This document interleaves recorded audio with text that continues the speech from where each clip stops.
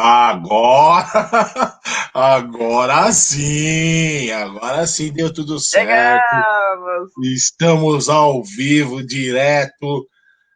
Porque ao vivo é direto, né? É uma live, né? É direto da Ou onde? não, Eu fiquei, falei, não, pra onde que ele vai? Eu falei, ó, eu tô na minha casa, direto do sei do que, eu tô na minha casa. Eu tô na minha casa. Estamos na live da Fundação Lar de São Bento, Casa do Macário, mais uma vez na segunda parte da saga Caroline Gomes e a fonoaudiologia de hoje em dia. Boa noite, Caio. Boa noite, João. Boa noite, Caroline, né? Boa noite! A nossa saga a segunda parte, né, que nós vamos continuar, que na primeira foi bem bacana, o tempo estourou, e hoje nós vamos retomar. E vamos aprender mais um pouquinho, né, João? Ó, lembrando, pessoal, que hoje está meio quente aqui, se eu fizer algum desvio aqui, ó, porque entrou uma barata, tá? Na live passada entrou uma barata aqui. Na live passada entrou uma barata.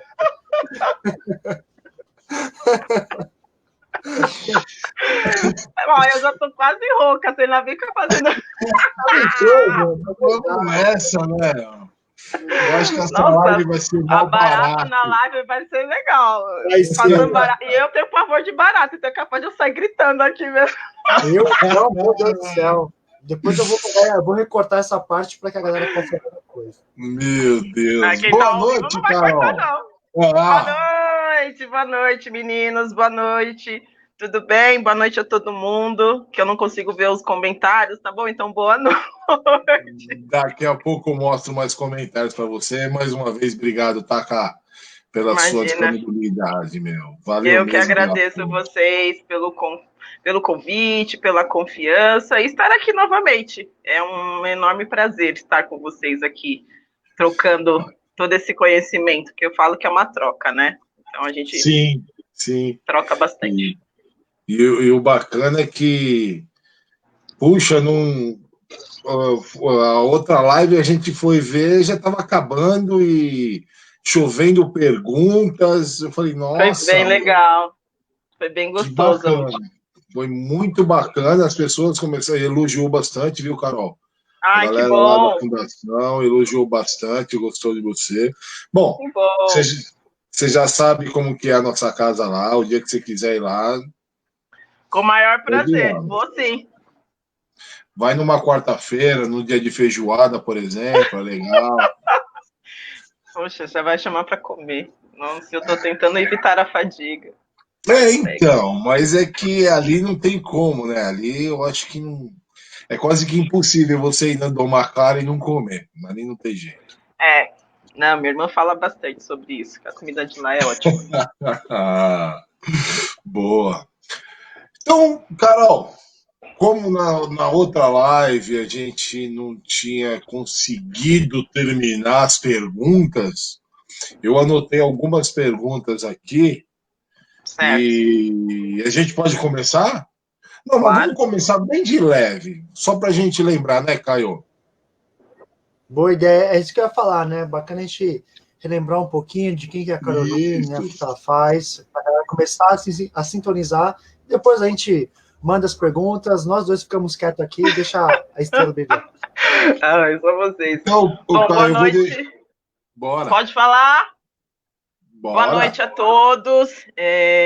Como já me apresentaram, eu sou a Caroline, tenho 33 anos, sou especialista em linguagem infantil, hoje também especialista no transtorno do espectro autista, e agora estou fazendo pós de musicoterapia. Então, atualmente eu trabalho com crianças e adolescentes autistas e com deficiência também, fazendo a inclusão nas escolas com essas crianças. Que a gente trabalha, eu trabalho também com a prefeitura, né? Então a gente tem esse trabalho unificado aí de fazer a inclusão com essas crianças com deficiência dentro da escola, né? Então fazendo acompanhamento, direcionamento. E na clínica eu realmente realizo fonoterapia, que é trabalhar estímulos para a comunicação em si. Então lá eu trabalho com uma demanda maior de crianças autistas, seja elas de 1 ano e meio a 12, 14, 15. Então, a gente trabalha com bastante nessas faixas etárias, elas variam bastante. E aí, basicamente, é isso. Boa. Carol, existe tratamento para uma criança de 40, 50 anos? Sobre? Depende. Da fono? Depende da patologia. Se você me apresentar, por exemplo, uma alteração de fala e não apresentar nenhum quadro neurológico, até eu acho que os quadros neurológicos a gente consegue sim. Mas com vocês, sem apresentar um quadro neurológico, a gente também consegue. Claro que ele demora muito mais, porque o adulto ele está condicionado já com vários vícios, né? O que a criança já não tem muito. Quem doutrina as crianças somos nós adultos. Mas os adultos, eles já estão condicionados a alguns fatores que já está acostumado, e para tirar isso e readequar é um pouco mais difícil, porque você tem que ter uma disciplina, e se você não tem essa disciplina, a pessoa acaba frustrando, desistindo, então isso varia muito. Eu vou pedir desculpa porque eu tô ficando rouca, porque hoje eu cantei bastante. Não tem problema. João, antes de entrar nas perguntas, eu posso fazer uma que eu queria fazer Sim. outra vez? A sua formação, né? Você tem a sua pós-graduação em espectro autista. Eu queria saber exatamente o que é esse espectro autista, porque lá na fundação, né, João, nós já tivemos as crianças, né? Então eu queria entender um pouquinho mais sobre o que é esse, qual que é a diferença do autista, do espectro autista, né? Se tem Na diferença. verdade, assim, hoje o autismo e o transtorno do espectro são as mesmas coisas. É que anteriormente a gente falava muito autismo. E hoje, depois que foi mudado o DSM, que é um protocolo que a gente aplica para verificação de que nível a criança está, se ela realmente é ou não, foi nomeado como transtorno do espectro autista.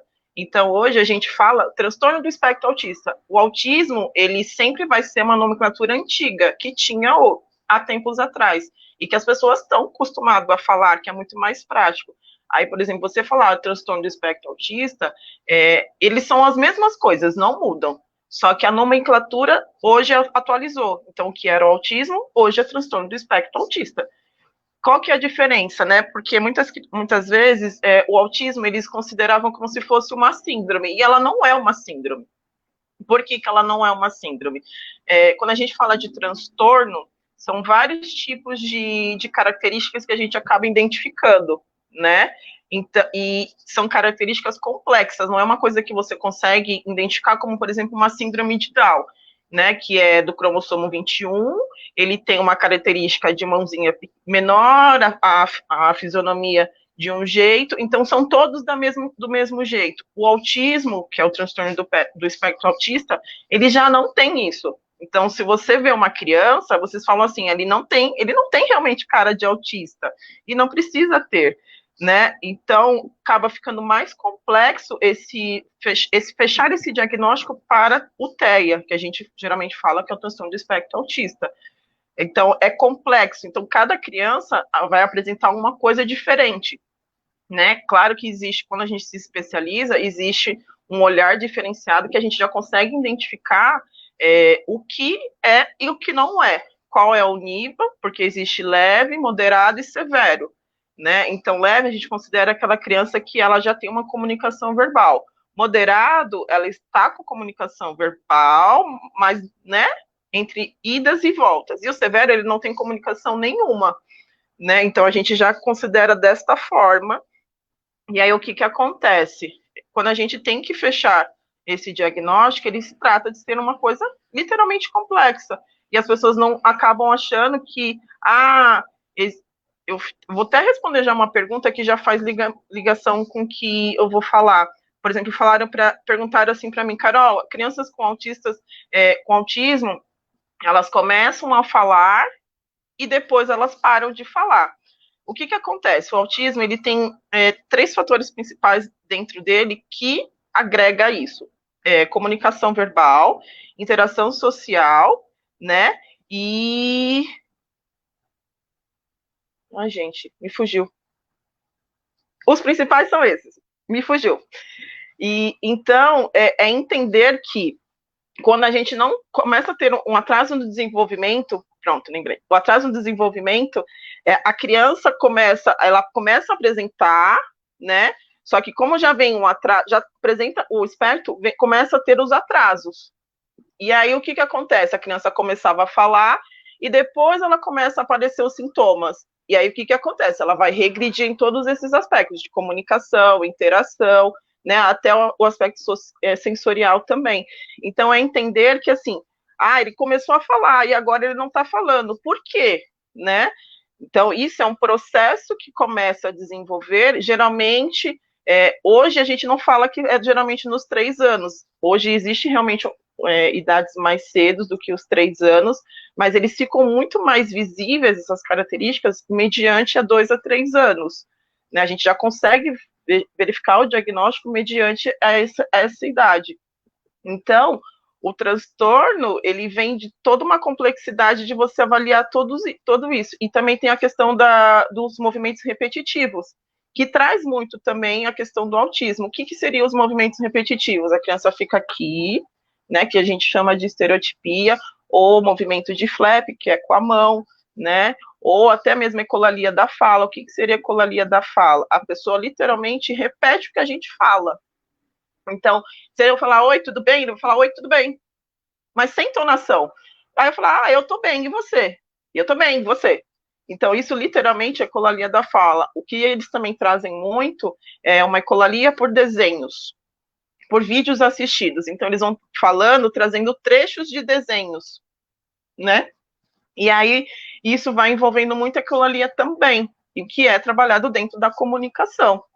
Então, existem vários fatores do transtorno que pode ser o que está vinculado a isso. Então, os principais é comunicação, interação social e movimento repetitivo. Esses são os 3 que agora eu lembrei. Esses são os 3, né?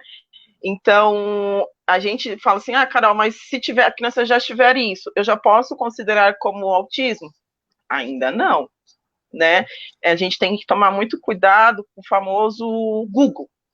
As pessoas olham muito o Google para tentar definir quem são os seus filhos ou quais são os diagnósticos. E às vezes não é o Google que vai te definir, são os especialistas, o neuropsiquiatra, a equipe fono, psicólogo, TO, integração sensorial, professores, que eles ajudam demais, né? Os professores são os nossos olhos também muito, sabe, grande para isso. Muitas vezes o que os pais não conseguem ver dentro de casa são os professores que começam a observar dentro do desenvolvimento. Por quê? Eles já sabem como que é esse desenvolvimento da criança. Então, se a criança não começa a apresentar um desenvolvimento que a gente fala que é um marco de desenvolvimento, ele precisa falar tantas palavras de 1 ano e meio, e ele não começa a interagir desta forma, a gente já começa a entender que existe um atraso nessa linguagem, né? Nessa interação de começar a entender o mundo, de começar a entender como que é a forma global e social. E aí os professores vão começando a observar mais essa criança, esse adolescente, porque às vezes até o adolescente demora muito para ter esse diagnóstico. E aí que é um pouquinho mais difícil e complicado, porque eu cheguei a falar na última live que de 0 a 6 a gente tem um leque de estímulos para fazer e potencializar esses estímulos. Depois disso, a gente começa a ter muito mais dificuldade de trabalhar, né? E da criança que já apresenta um diagnóstico ou ainda está para apresentar, a gente identificar porque aquilo que você me perguntou no começo. O adulto ele já está direcionado e vinculado a alguns hábitos. Se a criança, depois dessa idade, já está vinculado a alguns hábitos que nós, no caso, estipulamos para ela, vai ficar muito mais difícil a gente conseguir identificar aonde que está o déficit ali, entendeu? A alteração. Então, muitas vezes, porque a gente já tem hábitos, já estamos condicionados àquilo. E aí, para sair daquela forma, a gente precisa ter um ar bem diferenciado. Então, acho que basicamente, resumindo, o autismo é isso. Ele, na verdade, tem um leque de coisas que a gente pode conversar e falar, mas, resumidamente, o TEA e o autismo são as mesmas coisas. A gente só muda por conta da nomenclatura. Bem bacana. Eu faço essa pergunta porque a gente tem muitos, né, muitos educandos nossos que eles têm o espectro, né? Eu falei, será que realmente é alguma coisa diferente, ou algum autismo, né, algum outro grau de autismo? Bem bacana. João, só para pegar o gancho, tá? Porque já tem muita pergunta para fazer aqui. No autismo, né, a sexualidade ela também é um pouco mais aflorada ou não? Eles têm Sim. esse libido um pouco maior? Quando a gente fala do autismo, eles têm uma questão de alteração sensorial também. Então, tem a comunicação, a interação, os movimentos repetitivos, mas alguns vêm com alteração sensorial. E o que seria essa alteração sensorial? O que a gente sente, eles sentem 3 vezes maiores ou não sentem. Né, que a gente fala do hipo e hipersensibilidade. Então, a hipo é quando eles não sentem, por exemplo, se está batendo, se caiu, bateu cabeça, eles não sentem. E a hiper é quando eles sentem demais. Existe uma sensibilidade muito alterada ali que não consegue, né? Então, com a questão da sexualidade, realmente, eles sentem muito mais rápido e muito mais forte do que a gente. A gente fala, mas ele está passando, mexendo. É normal. A criança tem realmente por conta dessa questão de alteração sensorial. Então, muitas vezes a gente tem que fazer uma integração sensorial, trabalhar o aspecto sensorial dela, para ela começar a fazer entendimento e aliviando esse fator. Porque, querendo ou não, a gente pode entender que é como se fosse uma forma de prazer para ele, só que ele não entende. Então, se a gente não coloca isso e não explica, vai ficar muito difícil para ele depois começar a manusear esses tipos de comportamento, né? De lidar com esses tipos de comportamento. Então, a gente tem que realmente fazer o passo a passo, como eu já falei, é início, meio e fim. Eles precisam ter esse passo a passo de antecipar, depois começar, depois estar no processo e finalizar. Porque senão eles vão ficar sempre fazendo ações que eles não entendem por que eles estão fazendo. E se a gente também não explica, é uma questão que é deles, só que são muito mais, não é nem aflorado, eu falo, mas desenvolvidas do que os nossos. Eu fiz essa pergunta porque você contando esses casos, né, João, teve um episódio, enfim, e a criança ela falou, mas não pode? Em casa eu faço. Tipo, então ela não tinha a maldade que ela estava fazendo, ela não entendia o que ela estava fazendo. Para ela é uma coisa muito show. Elas não entendem, né? Para elas é aquilo que eu falei. Do mesmo jeito que o movimento de corpo é o quê? Eles estão se reorganizando. Por exemplo, você traz muita informação para essas crianças, ou para esse adulto, ou para esse adolescente. E aí, quando você traz muita estimulação, eles começam a desorganizar. E o que eles fazem com o movimento? Isso daqui é um movimento de reorganização. Então, muitas vezes a gente fala, os pais, mães, professores falam, nossa, mas ele faz muito, ele quer tirar, ele fica pulando.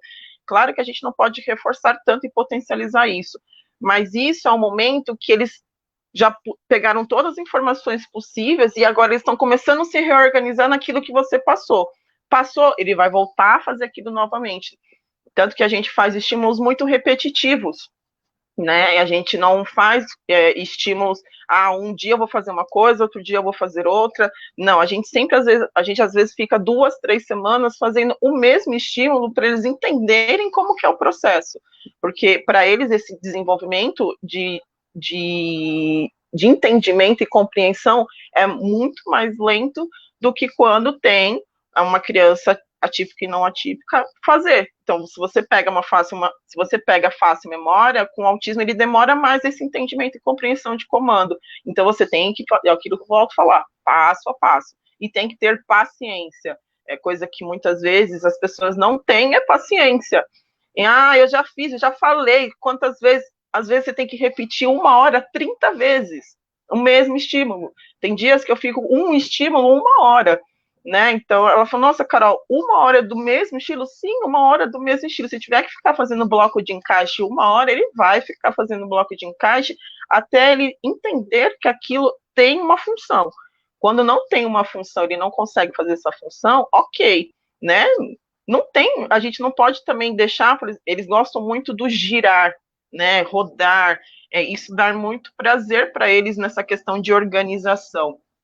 Então, aquele olhar fixo no gira-gira, né, é reorganizando, só que a gente não pode potencializar, porque a gente traz o quê? O hiperfoco, dele só ficar com aquilo em qualquer momento. Não, se tiver um ventilador aqui, ele vai ficar olhando, se tiver uma roda de um ônibus passando, ele vai ficar, e aí o foco dele fica muito solto.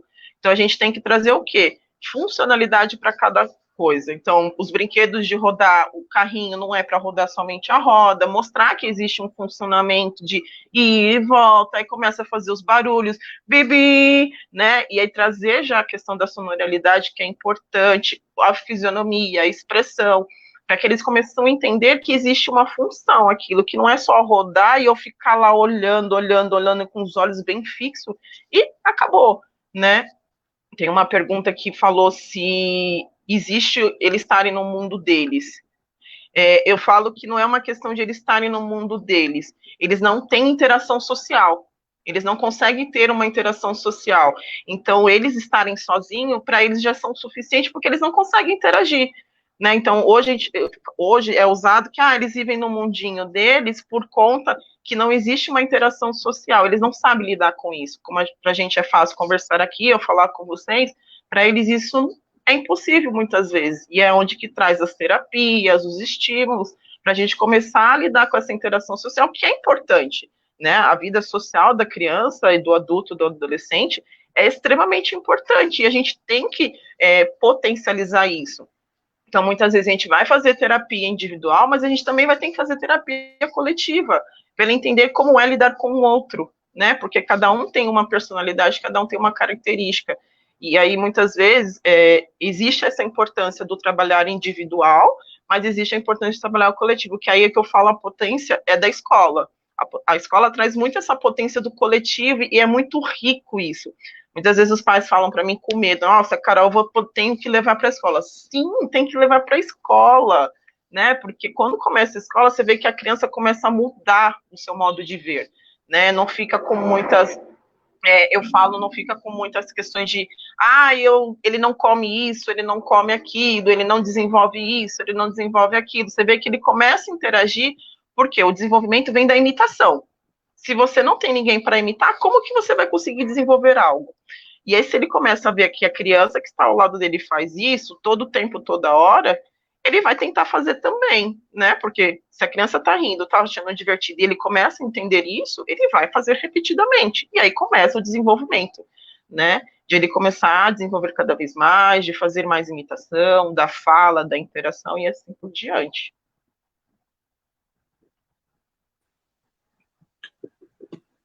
Eu preciso aprender a voltar a falar de novo.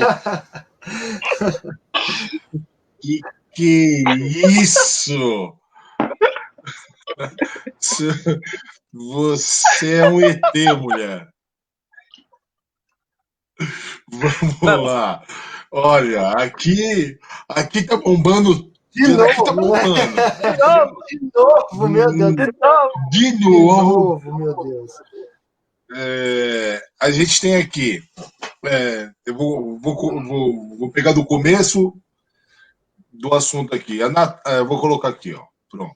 João, Natália... você chegou a fazer as outras? Ainda não, né? Você vai ainda não. Falando, tá.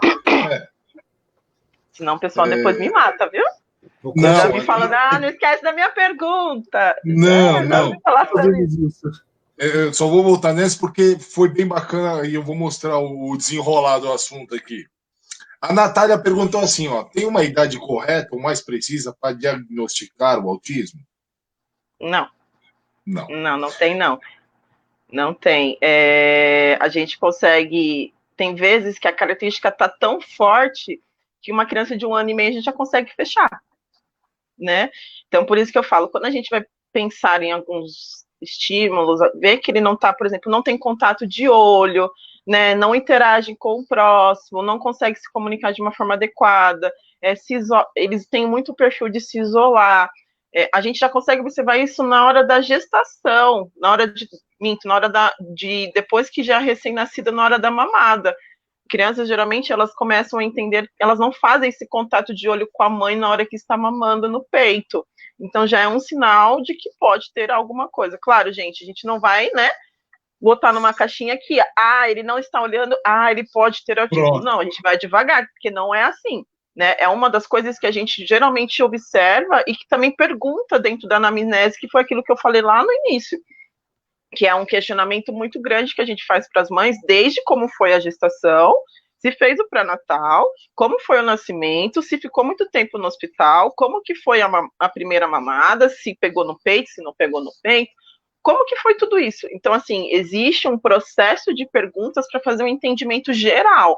Eu falo que tem alguns pontos que nos chamam mais atenção e que às vezes pode dar um sinal de alerta para chegar no desenvolvimento. Mas a criança, por exemplo, eu já consegui fechar junto com os especialistas com 1 ano e 2 meses, 1 ano e 3 meses, 1 ano e 5, coisa que geralmente falam que é só depois dos 3, né? Que é só depois dos 2.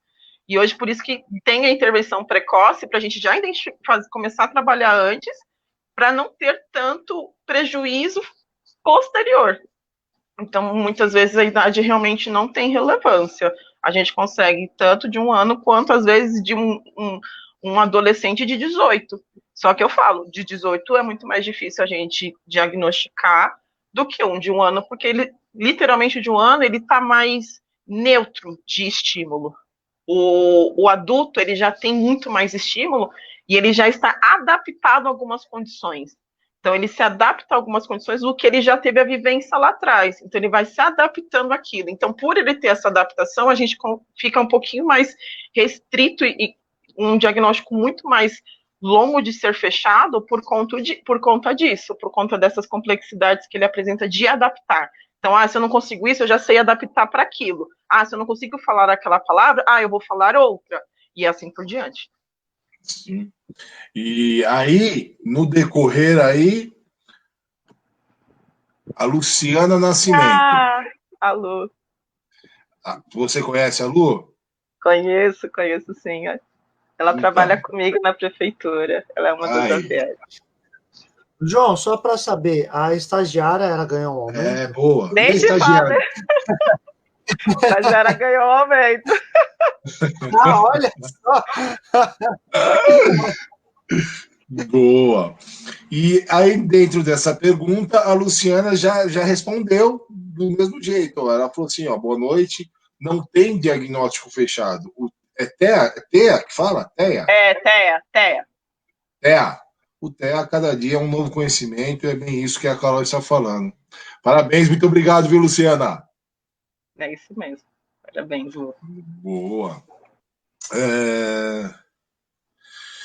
Essa daqui eu não sei se você conhece também. Acredito que ela não é estagiária, mas vamos ver.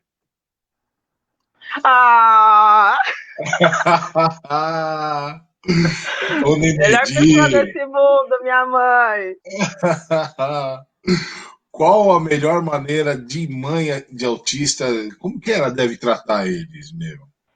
Porque assim, é uma boa pergunta isso, Carol, porque a nossa vida é corrida, né, meu? E eu tenho um filho autista, e aí?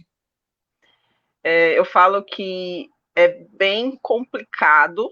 Não vou falar, é fácil lidar com uma criança autista, mas eu já estava falando isso para uma mãe, tem como se tornar leve, né? Só que a gente precisa também entender o que a criança tem. E, acima de tudo, ter paciência. Porque existe o quê? Muito uma expectativa de como meu filho é, ou uma comparação, que ele fala desse jeito, e por que esse não fala? Como eu já falei no começo, transtorno do espectro autista, cada um vai ter uma forma, nenhum é igual ao outro. Então, pode ser que um esteja mais desenvolvido e mais estimulado com alguns processos, e tem outros que não, e aí a gente tem que fazer o quê? Trabalhar tudo isso. E aí exige o quê das mães? Muita paciência e compreensão daquilo. Né, elas sempre vão ter, eu falo que elas primeiro, quando elas recebem um diagnóstico, todas me falam, Carol, eu vivi por um luto, ou ainda vivo um luto.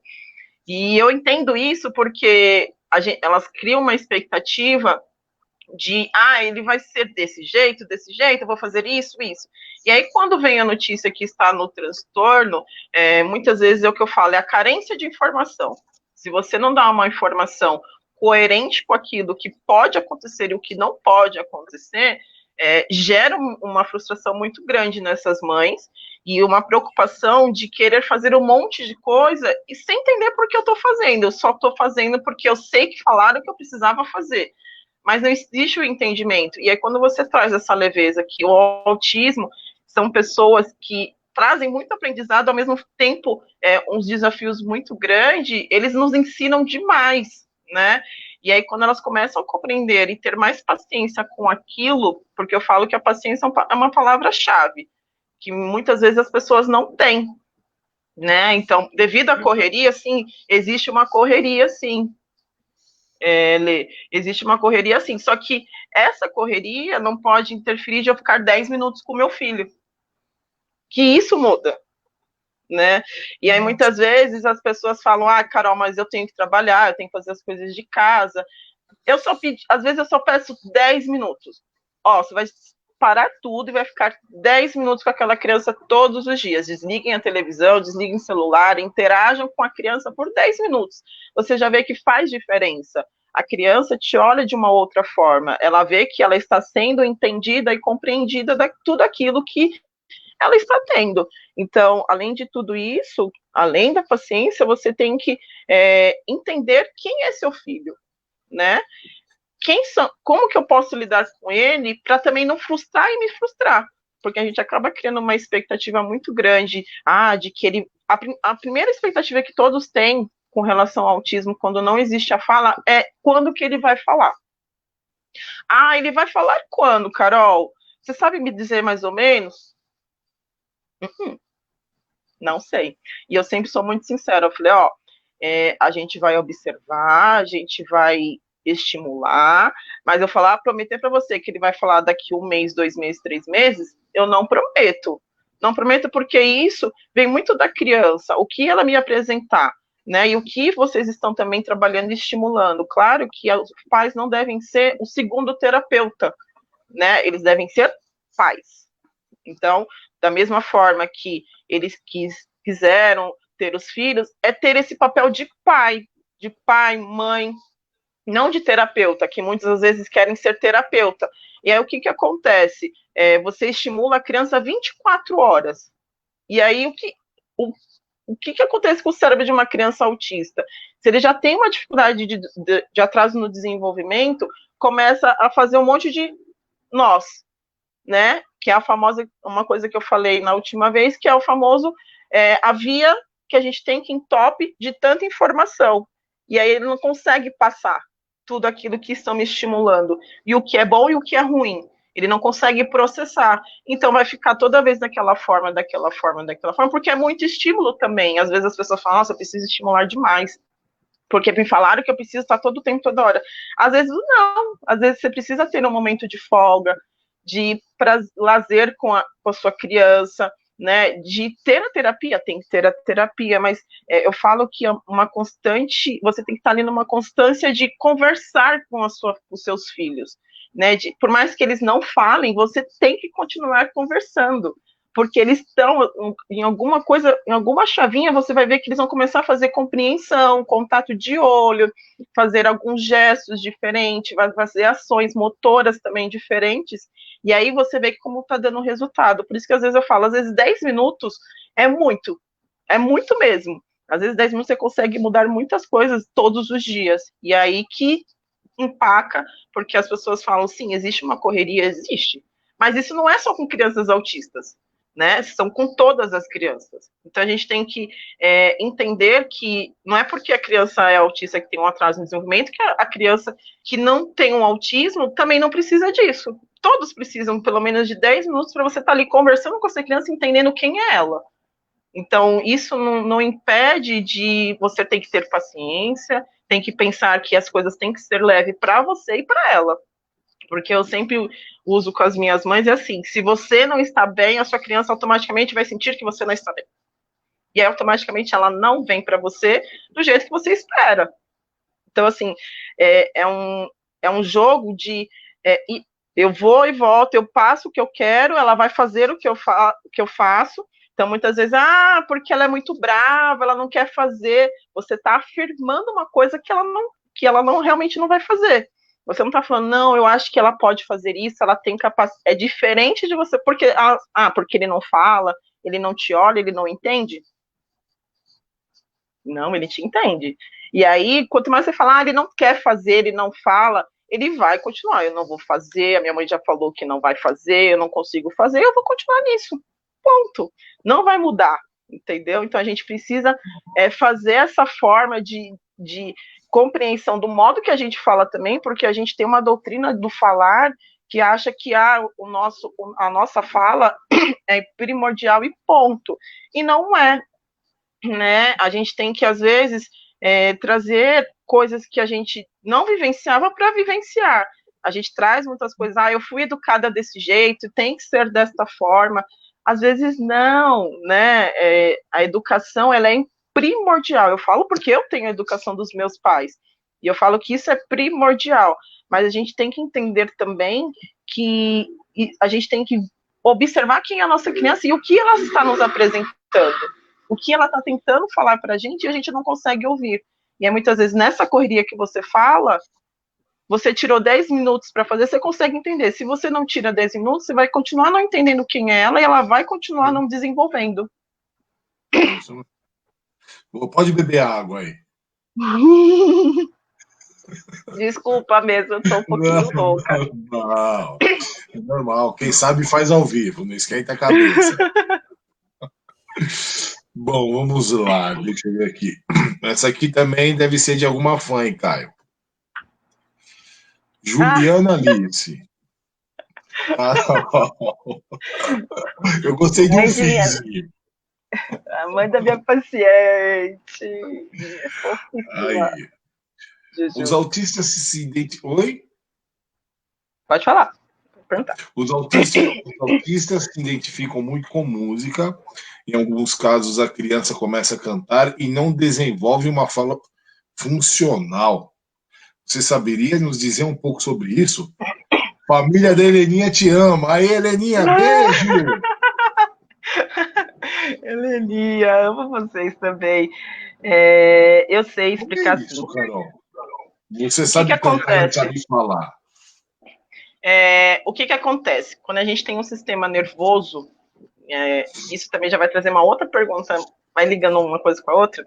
Quando a gente tem um sistema nervoso, a gente tem vários fatores no cérebro que faz a ligação de a gente conseguir falar, ouvir, ver, andar, tudo isso existe. E aí o que acontece? O que a música nos traz? Ritmo, né? Que é o motor. E o motor dentro do cérebro, ele vem antes da fala e antes da compreensão cognitiva. Então, o que acontece? Se eu estimulo muito o motor no dançar, no pular, no gesticular, na imitação, o que eu estou fazendo? Eu estou trabalhando a imitação, coordenação motora grossa e fina, trabalhando o conceito do motor e potencializando essa informação para a fala e para a linguagem, né? Então, muitas vezes a criança vai fazer o canto sem funcionalidade porque ainda o motor está muito forte.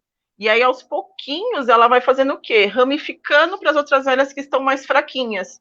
Então, por isso que eu trabalho muito com a música, porque a gente traz essa questão da música muito mais intensa, porque elas conseguem ver no vibração do violão, no tom de voz, que isso também interfere, porque ele vai começando a fazer compreensão auditiva e visual.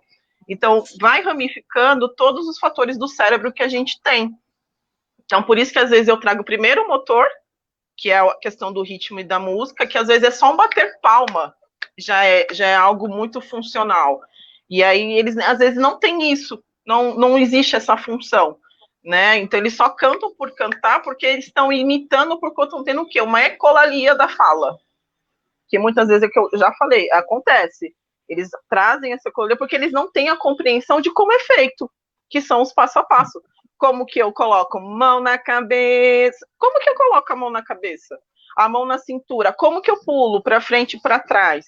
Eles não entendem. Então, o que eles vão fazer? Repetir o que você está fazendo de uma forma ecolaica, que é repetir literalmente o que eu faço, não fazer compreensão daquilo que eu estou fazendo e pedindo. Então, por isso que às vezes a música, ela traz esse desenvolvimento, mas às vezes não tem função porque eles não têm compreensão do que estão fazendo. Eles só estão imitando, por mais que a imitação seja algo do desenvolvimento, mas esse tipo de imitação sem função traz, mais diretamente dizendo, é a ecolalia. Então, a gente traz para a ecolalia, tanto a ecolalia como a estereotipia, que é o que traz, muitas vezes, a sensação de reorganização da criança. Então, quando a gente não está lá, o motor para eles é o que mais chama. Então, por isso que às vezes eu puxo mais as músicas, trago muito mais o ritmo, e aí automaticamente eu vou trabalhando os outros estímulos que eu preciso, sensorial, fala, comunicação, interação, contato de olho, imitação com função, funcionalidade da música, funcionalidade do brincar com a música. Então tem uma ramificação muito grande que a gente consegue trabalhar dentro disso. Não sei se eu consegui responder. Nossa, que bacana. Na verdade, você vai tipo pelas beiradas, que nem mineiro? Uhum. É um processo que a gente vai aos pouquinhos, né? Vai trabalhando cada ponto para começar a ligar um que está mais fraquinho, fortalecer aquilo que eu falei para vocês, ver a capacidade da criança. Então, a gente não vê, geralmente, o que vem de queixa. Eu vejo sempre o potencial e a capacidade. Se ela tem capacidade disso, a gente vai intensificar essa capacidade, esse potencial, e aí a gente vai começar... O que o cérebro vai começar a fazer? Opa, tô cheio. Vou começar a passar para a fala. Opa, tô cheio, vou começar a passar para a linguagem. E assim por diante, entendeu? Ele vai fazendo essa dinâmica, estendendo mais essas ligações para que consiga ter um equilíbrio. Bacana. Não sei se tem alguma coisa a ver, né? Não sei. Mas eu sinto que isso que você falou é como se fosse um inglês. Eu canto a música, mas eu não tenho ideia do que ela significa e eu só estou cantando porque eu sei fazer o som dela, mas eu não sei o que ela significa. Isso. As crianças autistas, elas conseguem entender o inglês muito mais fácil do que o português, por incrível que pareça. E porque, querendo ou não, o nosso português é complexo de ser falado. E se você for parar para ver, quando começa a desenvolver pequeno inglês, ele não é tão complexo na fala. O português, sim, porque você tem que colocar um verbo aqui, um R ali, puxar o R com... Enfim, o português em si ele é complexo de entender, e aí as crianças vão muito pelo inglês, que é orange, on, two, three. É a coisa mais fácil de falar às vezes. A gente fala, nossa, mas é fácil falar 1, 2, 3, 4. Para eles porque eles são crianças e estão desenvolvendo. Então, para eles, essa ramificação de falar essas palavras é muito mais rápida do que eu pegar o meu português, que tem uma complexidade para ser falada. Bem bacana mesmo. Deixa eu ver um negócio aqui. Carol, a Luciana colocou aqui, escola de socialização sensacional. Mandem que tem profissionais maravilhosos. Essa escola é onde você trabalha? O que é isso aí? Eu trabalho pelo Cefai, né?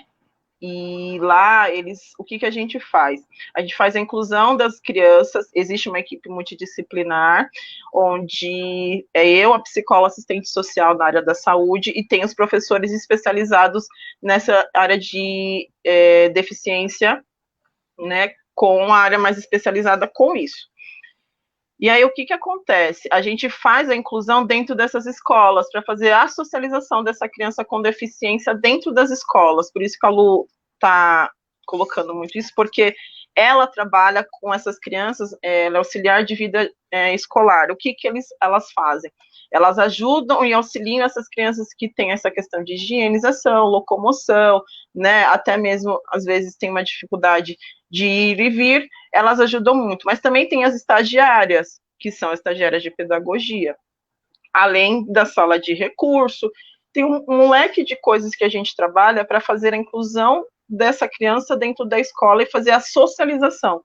E quando a gente consegue isso, é um trabalho incrível. A gente tem realmente profissionais excelentes, especializados, e até mesmo aqueles que não são, eles se prontificam a tentar entender como fazer para aquela criança estar dentro da sala de aula, né, e como poder ajudar a inclusão dela. Então, muitas vezes os professores fazem adaptações dos programas escolares para que aquela criança seja inclusa naquele ensino. Não que ela, às vezes, vai conseguir fazer a mesma coisa. Às vezes, sim. Outras vezes, a gente tem que adaptar para ela conseguir entrar na mesma metodologia que os outros alunos, porque bem que a gente fala, é uma inclusão, não é a exclusão.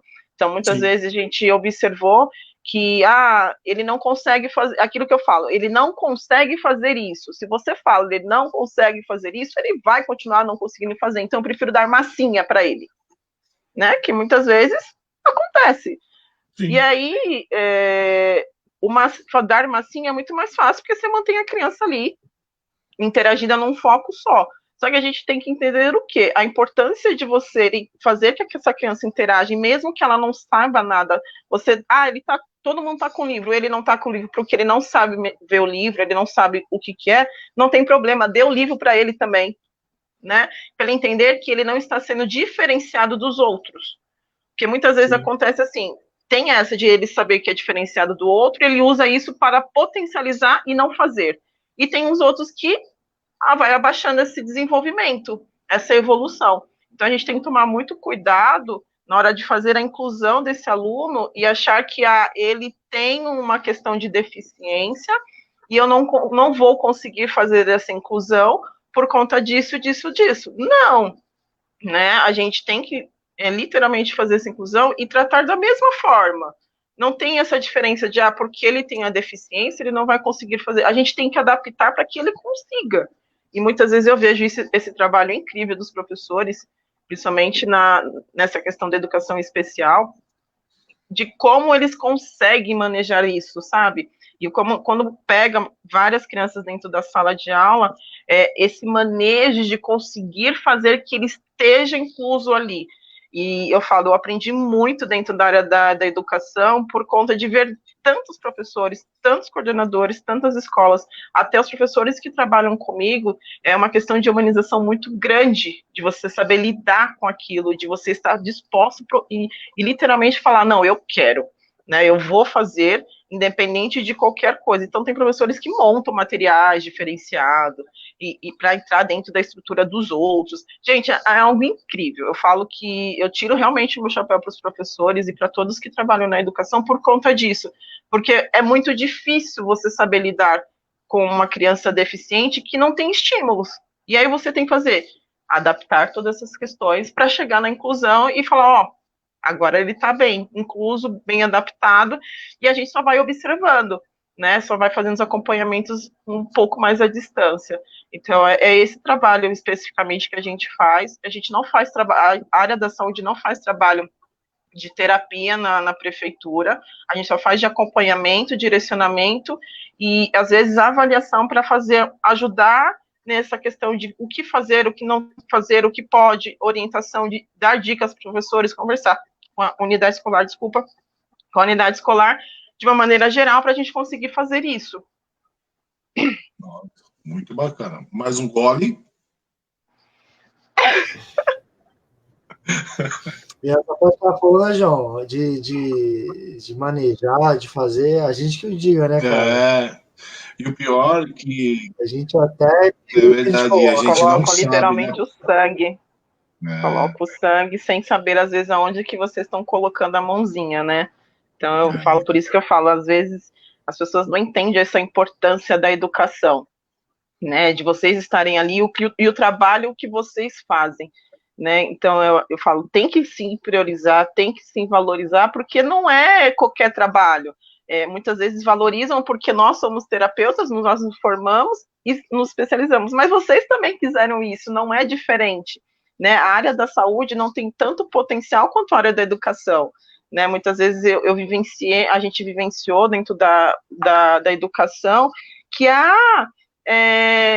quando eu fui orientar uma mãe, fui conversar com ela, a minha coordenadora já tinha conversado com ela a mesma coisa que eu falei, e a mãe relevou o que eu falei, não o que a minha coordenadora falou, porque eu era da área da saúde e ela não tem por que isso, sabe, gente? Todos falamos a mesma língua, todos vamos fazer a mesma orientação. Não é porque eu sou da área da saúde que eu tenho mais potencial do que da área da educação, somos literalmente iguais. Né? A gente está no mesmo objetivo, que é cuidar dessa criança. Independente se eu sou saúde, se eu sou educação, a gente quer cuidar, a gente quer valorizar aquele potencial. Então, muitas vezes os pais dão potência para falar, o médico me falou isso, eu respeito sim, né, porque às vezes eles nos ajudam demais, às vezes não, eles ajudam a gente demais, mas às vezes, a criança não tá falando, espera até os 5 anos, que aí ele começa a falar, poxa, até os 5 anos, aí você fala assim, não, mas o médico falou para mim que é normal e esperar até os 5 anos, se continuar assim, a gente procura um tratamento. Gente, de 0 a 6, se eu esperar até os 5 anos, eu só vou ter 1 ano para estimular essa criança. Pensa no tempo que eu perdi, né, esperando. Então, a gente tem que entender que quanto mais a gente fazer intervenção, melhor. Quanto mais a gente procurar pessoas especializadas e que nos ajudem, melhor. Não adianta a gente só esperar, achar que é normal e não procurar outras opiniões, né? Se a pessoa está falando isso, tá, mas e a outra? Falou o quê? Eu acho que é sempre a gente confrontar opiniões para a gente fazer esse entendimento. Verdade. Vamos para mais uma aqui. Da Cláudia Escudeiro. Carol, as pessoas dizem que há graus de autismo, leve, moderado e grave. É verdade? E se há tantos espectros, cada criança é única e o estímulo recebido influencia no progresso do desenvolvimento, como vocês classificam os graus? Cláudia, existe sim esses graus.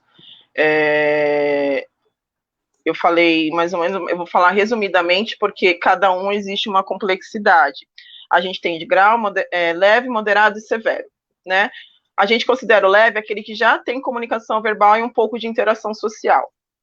O moderado é aquele que está começando essa fala, ou só fala palavras isoladas, e não tem interação social nenhuma. E o severo é aquele que não fala, literalmente não interage de jeito nenhum, né? E já tem um comportamento um pouco mais agressivo, né? Ele não consegue entender de jeito nenhum aquilo, e às vezes a gente só consegue tratar na base da medicação. Então, sim, de grau leve, moderado e severo, resumidamente, é isso. E sim, o processo de cada um e o progresso de estímulo é para cada um de uma forma diferente, sim, e influencia assim. Se você faz de uma forma para um e quer fazer da mesma forma para o outro, não vai ter o mesmo resultado. Você tem que, foi aquilo que eu falei, você tem que saber quem é a sua criança. Se você não souber quem é a sua criança, não adianta, porque ela do moderado ao leve, ela vai sempre ser única mesmo. Então, se você não observar o que você precisa trabalhar de prioridade, eu falo, a gente tem métodos, sim, a gente tem que seguir alguns métodos, mas você tem que, além de seguir os métodos, saber observar quem é a sua criança. Eu falo muito sobre isso por conta da Maria Montessori, que eu já tinha falado na última live, porque ela traz muito essa questão do profissional, especialista, fazer a observação antes de começar a colocar função para aquela paciente, né? Antes de começar a colocar entendimentos de que ele tem que fazer isso, ele tem que fazer aquilo. Tá, mas você observou quais são os fatores que realmente estão ali e que não estão?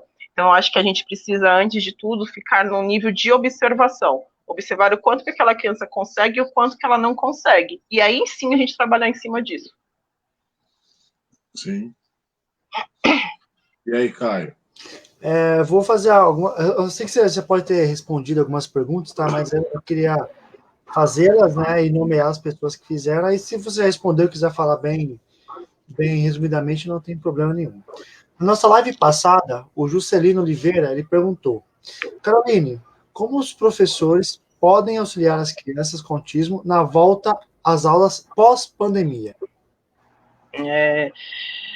Primeiro de tudo, tem que fazer entendimento de como essa criança está. Não adianta você querer impor um método ou qualquer coisa sem fazer entendimento de como que ela está. Se ela está, já voltou para o tratamento, se ela ficou o tempo todo dentro de casa, como que foi isso? Eu acho que antes de qualquer coisa você tem que fazer esse entendimento. E aí, mediante isso, você vai começar a trazer o quê? Adaptações. Porque não adianta você propor um monte de coisa para essa criança, sendo que ela ficou, por exemplo, se ela ficou, não está em estímulo nenhum e ficou isolada, esquece, ela não vai processar nada. Você vai ter que primeiro trabalhar o comportamental dela, que é pensar no quê? Voltar a sentar, voltar a ter foco, voltar a ter atenção, coisa que é muito difícil para eles se estão bem desorganizados.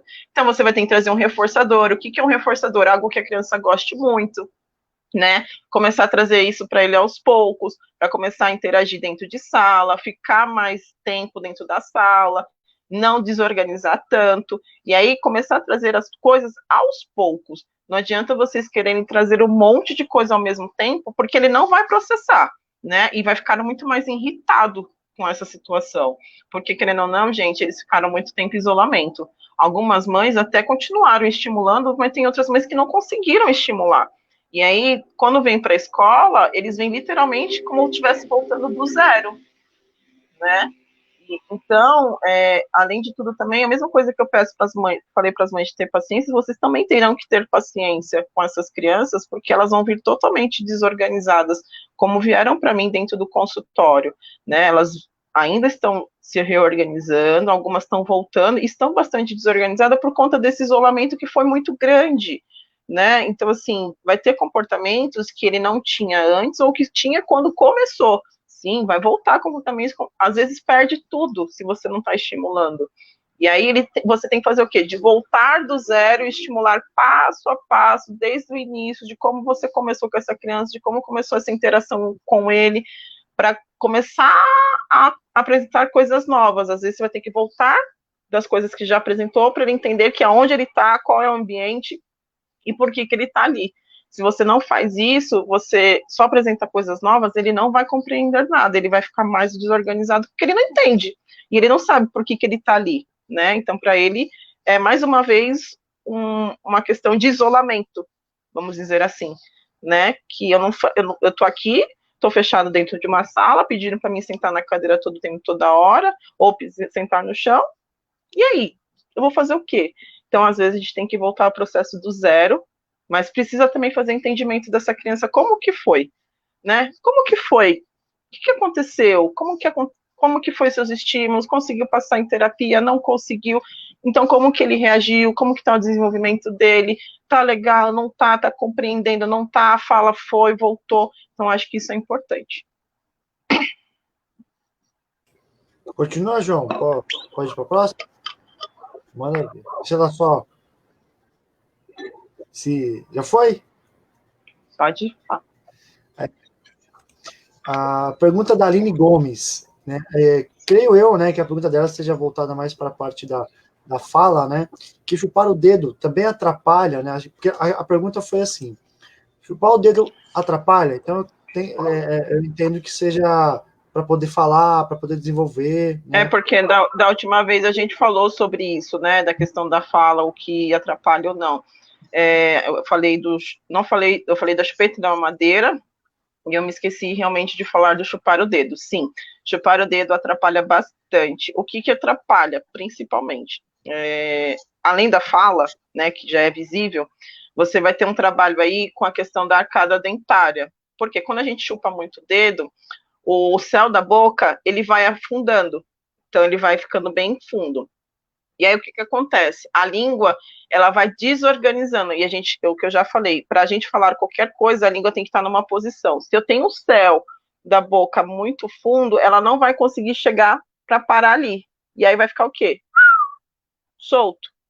Então, muitas vezes, o chupar o dedo envolve, sim, por conta dessa questão da musculatura também. Por quê? Eu chupo o dedo, eu estou somente sugando. É como se fosse chupar chupeta. Eu só sugo. E eu não faço o movimento de abrir e fechar. Com isso, eu tenho musculatura que vai ficar o quê? Flácida.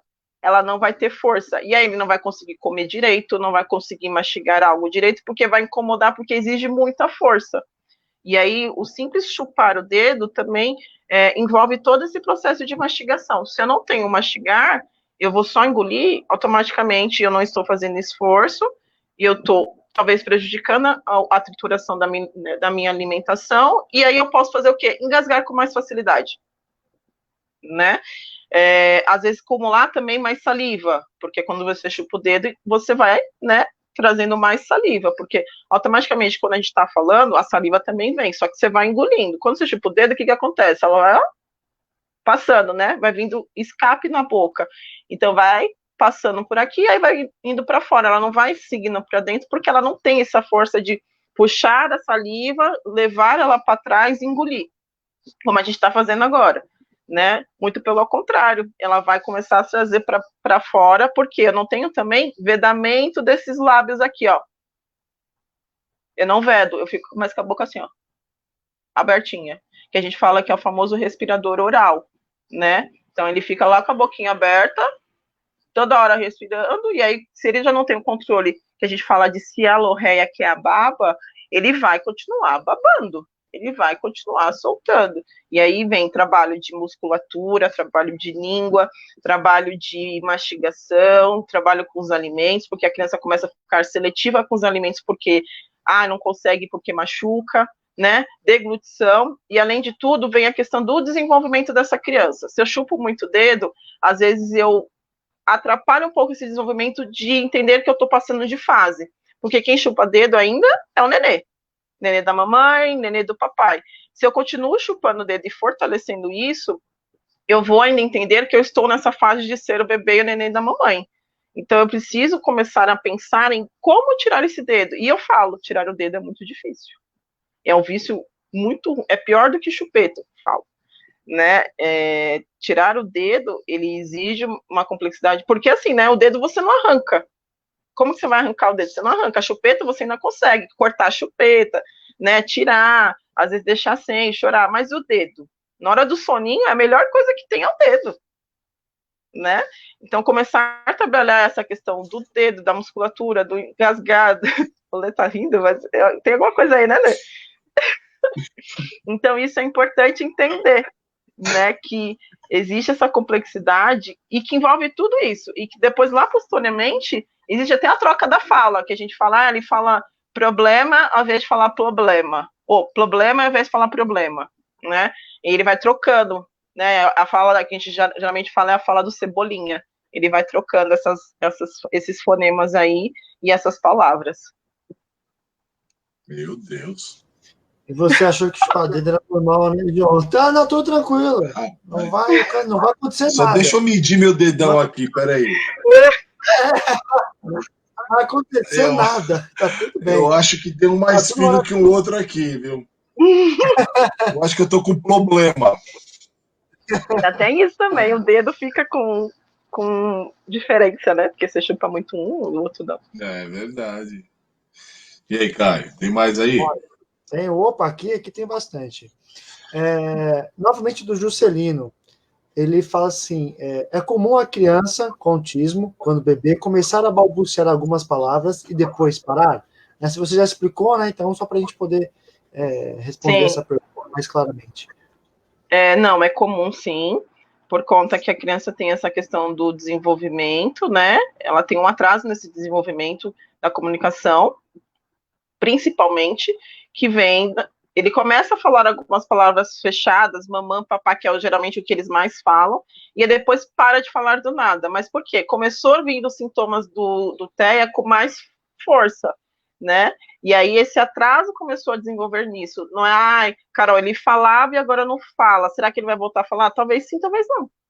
Né? A gente tem que ver como que está esse desenvolvimento, por que veio e como que está esse atraso. Porque às vezes é uma brusca mesmo. Ele está falando do nada, ele começa a parar de falar. Isso é brusco mesmo. Muitos relatam que não tem isso. O outro é porque também não tem interação social. Né? Se eu não tenho interação social, eu não sei me comunicar. Eu não sei, se eu não entendo como que é a interação, eu não sei me comunicar. Se eu não faço imitação, eu também não sei como fazer a fala. Então é um processo, aquilo que eu falei do cérebro, é um jogando para o outro. Se eu não sei fazer ele se jogar, eu não vou conseguir trazer de novo essa fala.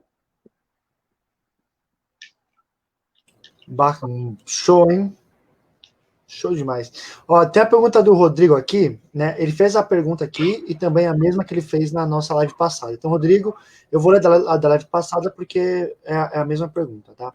Ele fala o seguinte: as pessoas que têm sistema nervoso influem para que as pessoas tenham, para que elas gaguejem?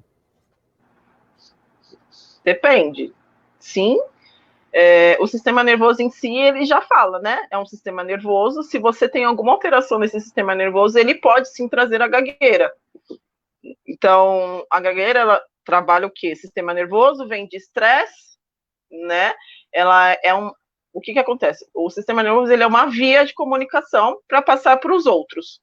ele é o primordial, ele que passa os comandos e ações. Se eu tenho um sistema nervoso alterado e muito estimulado, ou às vezes não estimulado, automaticamente o que acontece? Se essas minhas vias não estão conversando uma com a outra, automaticamente eu também posso trazer essa gagueira, né? Ou o estresse, que vem muito disso. Às vezes um trauma psicológico também tem isso relacionado. Síndromes também tem relacionado a isso. Tem algumas síndromes que trazem a gagueira por conta dessa comunicação, desse entendimento cerebral, né? E também tem um derrame, porque eu tenho um motor que está falando uma coisa e a linguagem está falando outra. E aí gera conflito. E aí o sistema não consegue conversar. E aí vai, né? Eu vou tendo os picos de nervosismo. Então, a ansiedade também traz isso. Medicação, às vezes, também traz. E até mesmo essa questão da família, né? Se tem alguém da família que também já tem a gagueira, possa ser que você também possa trazer. Então, vai falar, a gagueira, ela é curada? Não, ela diminui um pouco e a gente consegue trabalhar esses tipos de gagueira. Mas falar para você que ela tem cura, ela não tem cura, né? A gente consegue trabalhar para a pessoa começar a entender em que ponto ela gagueja e aonde que a gente precisa melhorar, né? Para ela começar a aprimorar ali. Às vezes é uma questão emocional muito ligada e que a gente tem que trabalhar todo o emocional. Eu já tive pacientes meus que eu precisei trabalhar o emocional antes de trabalhar a gagueira em si, né? Então eu preciso perguntar às vezes do emocional para começar a trazer o funcionamento da gagueira. E aí vem também a questão da musculatura. Se elas não estão se conversando, automaticamente você gagueja, né? Então, por exemplo, se eu tô aqui, aí eu e aí vem.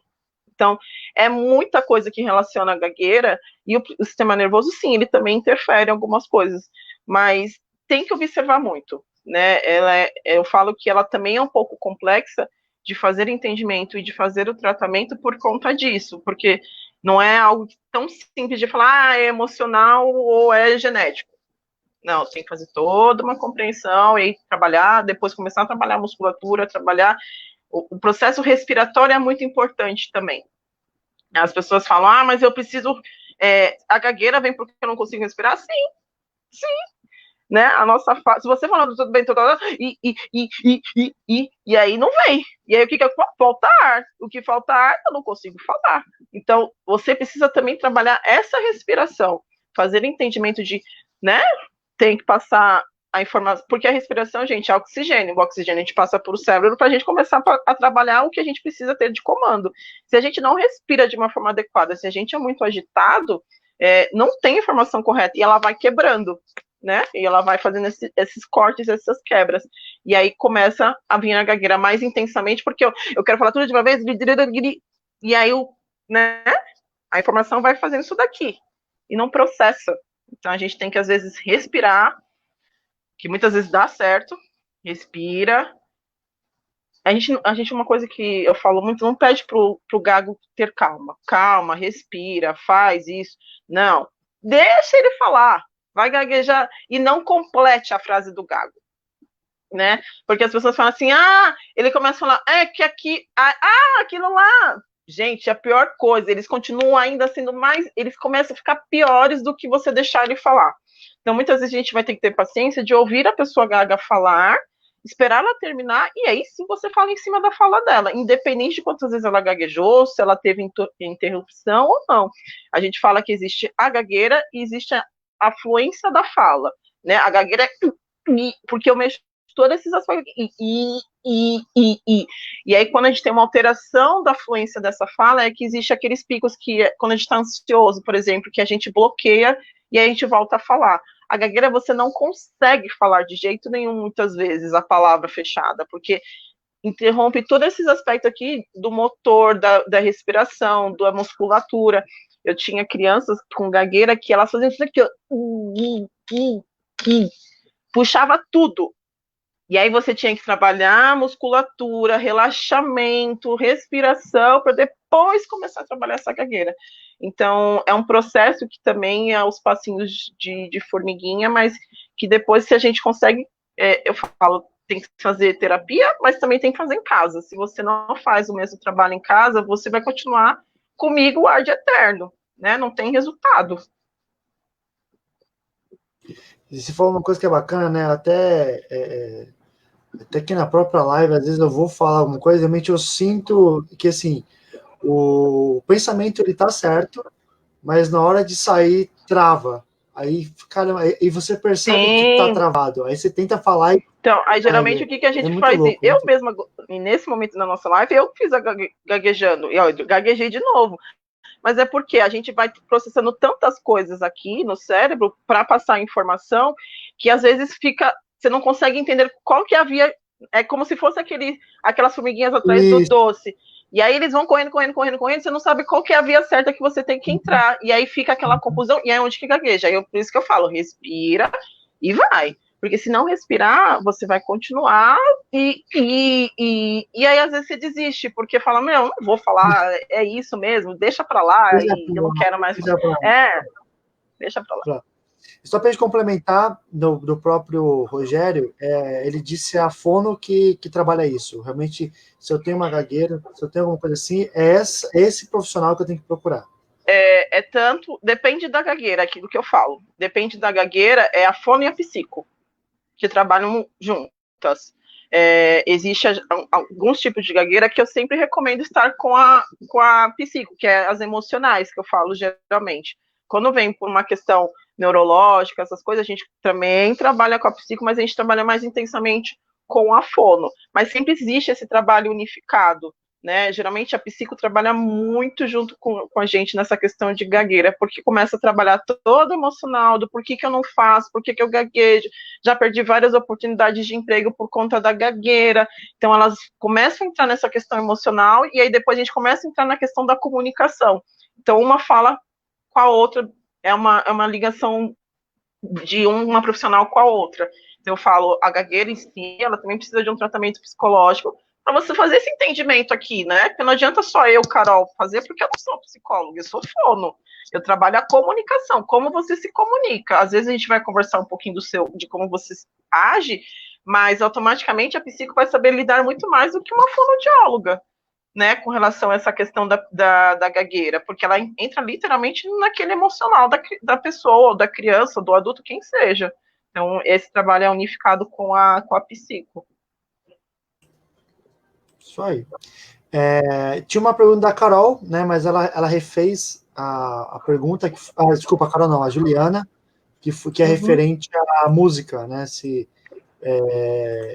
tem a diferença, né, por que eles conseguem se desenvolver, mas não é tão funcional assim.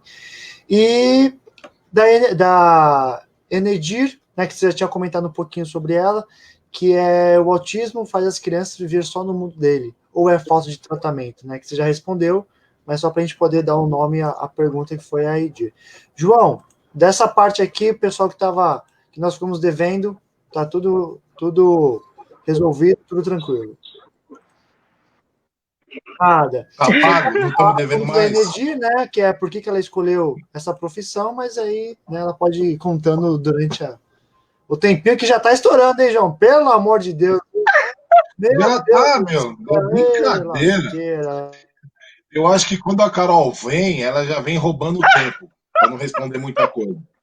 Não, eu só explico o que tem que ser explicado, né? Nada mais do que isso. Tô de olho em você, viu, Carol? Olha, sobre a gagueira, eu tenho mais um aqui, ó.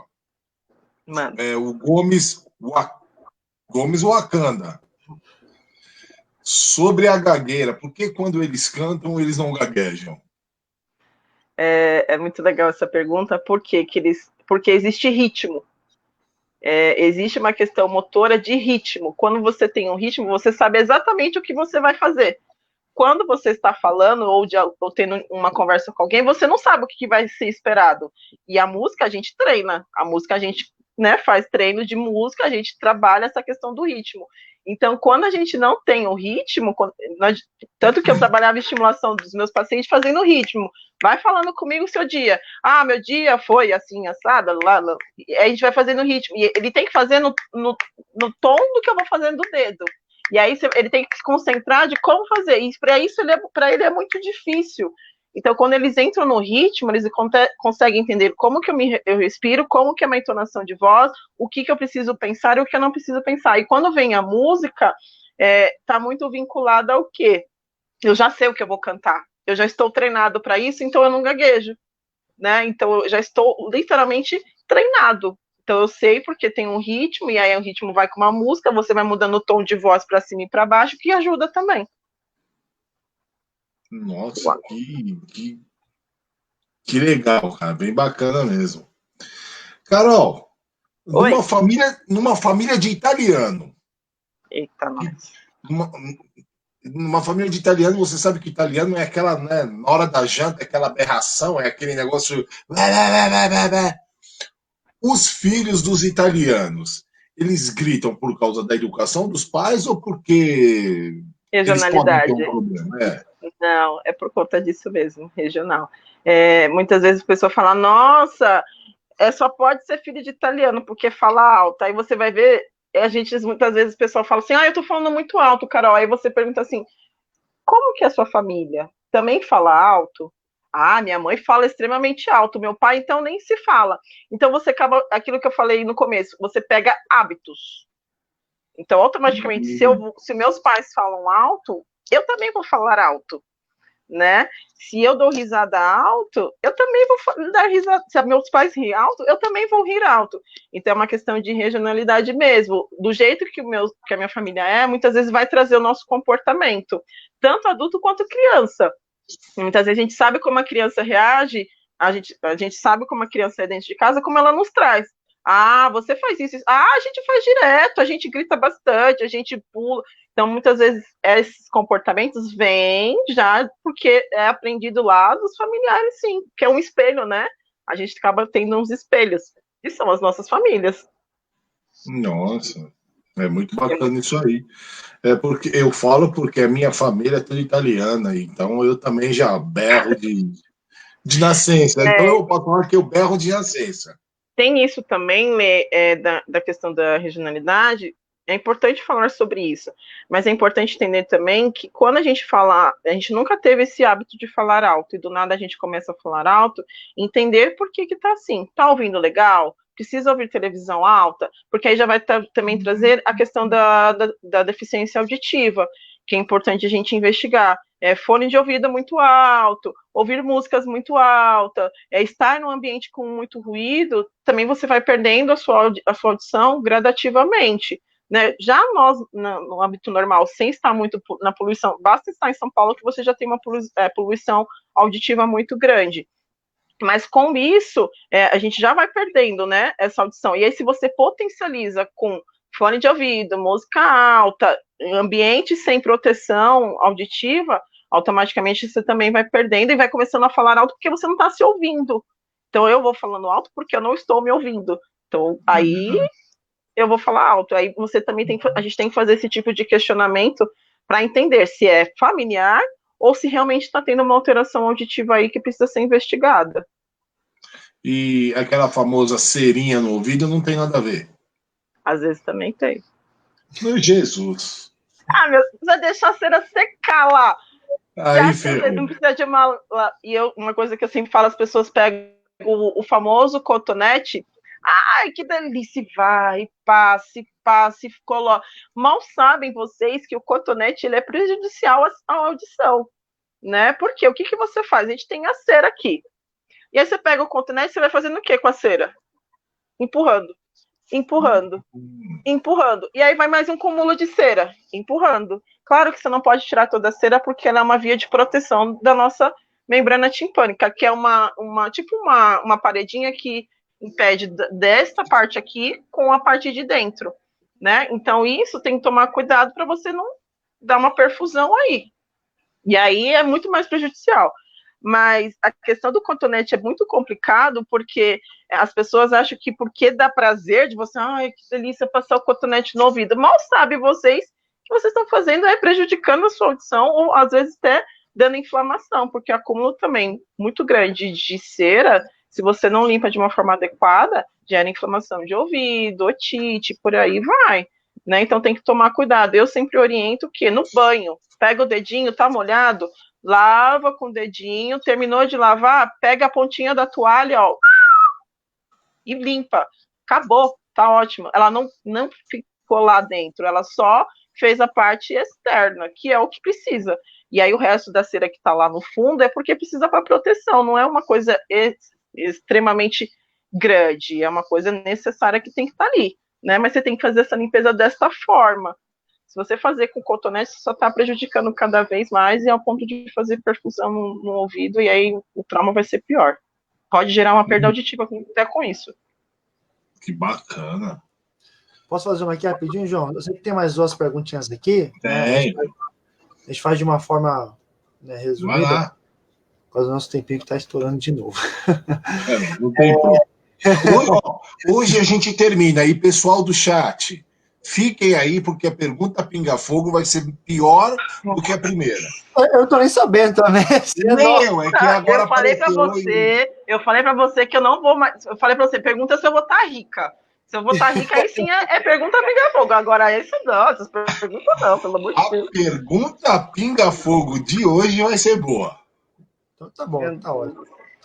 A pergunta que eu tenho para fazer, ela foge um pouquinho desse assunto que nós estamos falando. Eu também não sei se é a sua área, né? Mas se você puder exemplificar de uma forma bem simples que a gente possa entender, a famosa criança que tem déficit de atenção. Né? O que é déficit de atenção? O que é? Porque para a gente é uma criança que não presta atenção tipo, na aula, por exemplo. É só isso mesmo? Né? O que seria isso? Para a gente poder entender e poder saber trabalhar com isso. Não é muito a minha área. Eu vou tentar falar sobre o déficit de atenção. O déficit de atenção, quem poderia falar isso muito melhor seriam os psicólogos. A questão do déficit de atenção está muito envolvida, assim, de ele não conseguir compreender o que está ao redor, né? Então, qualquer ruído que faça, ele vai prestar atenção naquilo. E aí, o foco de estar naquela atividade é muito menor e dificultoso para ele para entender aquilo, né? Então, o déficit de atenção, a gente tem que trazer muito essa questão do foco, direcionamento, disciplina, coisa que para eles é muito difícil, né? Então fica realmente, eu estou prestando atenção ali, mas se aparecer um ruído que me interessa mais, eu vou para aquele ruído, que é muito mais importante. Então, quando a gente trabalha o déficit de atenção, a gente tem que trabalhar sempre essas questões de foco, melhorar o tempo da atividade, trazer mais a questão do interesse para depois começar a trazer o que a gente precisa para entrar nessa questão de melhorar esse déficit, né? Muitas vezes essas crianças que têm déficit de atenção realmente tem uma agitação um pouco maior e não consegue. Existe uma dificuldade muito grande. Então, às vezes, precisa estar com uma rotina muito mais disciplinada, né, para começar passo a passo. Não adianta deixar muito solto, porque se deixa muito solto, ela não consegue entender, porque ela vai entender aqui, mas se fazer ser uma coisa ali, é melhor, entendeu? Então, o déficit de atenção, resumidamente, é baseado nisso. Só para entender. Esse déficit de atenção, ele pode prejudicar a fala também? Ele tem alguma ligação com outros movimentos, seja ele cognitivo, motor? Ele tem ligação? Se eu tiver se eu tiver o déficit de atenção muito forte, eu não conseguir entendimento, automaticamente a fala vai começar a enrolar, né? O motor também vai começar a trazer uma dificuldade ali, né? Eles ficam muito como se fossem imperativos. Então eu vou para lá e para cá, para lá e para cá, e aí eu quero fazer tudo ao mesmo tempo, não consigo fazer nada, e aí tudo se embananeira ali, tudo, faz tudo um ninho, eu falo, né? Que aí vai juntando um no outro, e aí não tem entendimento nenhum. Por isso que a questão da rotina é importante também, que essa questão do déficit de atenção, para você realmente estruturar e organizar essa pessoa. Aí, no caso, eu procuraria um fono, procuraria os órgãos, né, os profissionais para poder ajudar. Isso, fono. Muitas vezes, os déficits de atenção também traz com a medicação, para dar uma abaixada aí. Boa. Eu tenho uma aqui. É que agora foi. Cláudia Escudeiro. Cicatriz pós-perfuração de tímpano tem solução? Melhora com tratamento? É sua alçada? Olha, eu posso tentar fazer entendimento. Coloca a pergunta para mim de novo, Lê, por favor. Sim, peraí, deixa eu pegar aqui. Cicatriz pós-perfuração de tímpano. Tem solução, melhora com tratamento. A cicatriz, sim. Sim, eu na minha compreensão, eu não tenho tanto aprimoramento e propriedade em falar sobre a audição especificamente, porque eu trago muito mais a área da linguagem do que da audição. Eu acredito que com tratamento, sim, ela pode melhorar, né? Mas ela fica mais sensível, porque já existe uma cicatrização ali, coisa que já rompeu. Então, automaticamente, se a gente for fazer essa ligação, o que acontece? Se eu já tenho uma cicatrização e eu faço de novo, o que acontece? Eu fico sensível. A gente, quando tem uma cicatriz, aquela região fica mais sensível. Então, automaticamente, ela melhora, mas não fica 100%. Eu acredito nisso, né? Eu posso depois conversar com as minhas colegas que são da áudio e ver se elas podem me explicar de uma forma mais clara sobre isso. Mas o meu entendimento é baseado nisso. Se você tem uma cicatrização de uma área que já foi afetada, ela não vai ficar 100%, ela pode até melhorar, mas 100% eu não acredito que fique, ela fica com uma sensibilidade maior, principalmente por ser uma questão da membrana timpânica, que é uma pele muito sensível, né? Ela tem uma força por conta da proteção da cera, mas também quando ela tem essa questão de ser muito sensível, acaba tendo uma dificuldade aí, um déficit. Muito bacana. Mais um aqui, Carol, e acredito que chega por hoje, né? Você já deve estar com a garganta aí. Não, tá tranquilo. A Nádia Soares pergunta: os autistas são bem melódicos.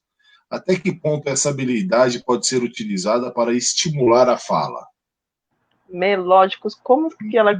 O que quis dizer melódicos? Será eu não entendi os melódicos. São cantores, é isso? Eles são comunicativos com a música? Porque existem vários significados do melódico, né? Eu vou tentar trazer para aquilo que é uma questão da musicalização. Não sei se pode ser isso, tá? Volta a falar um pouquinho para mim, Lê, por favor, a pergunta. Que ela falou do melódico. Até que ponto essa habilidade pode ser utilizada para estimular a fala? Eu acho que é questão da música mesmo. Eu uso muito. Elas são muito importantes, porque o que acontece? Quando a gente tem uma questão de melodia, eu acho que é melodia, isso mesmo.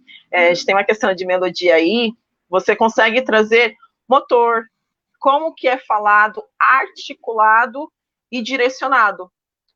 Quando eu trabalho a questão da música, da melodia, eu sempre fico na frente da criança autista, trabalhando essa articulação daqui, ó, da boca.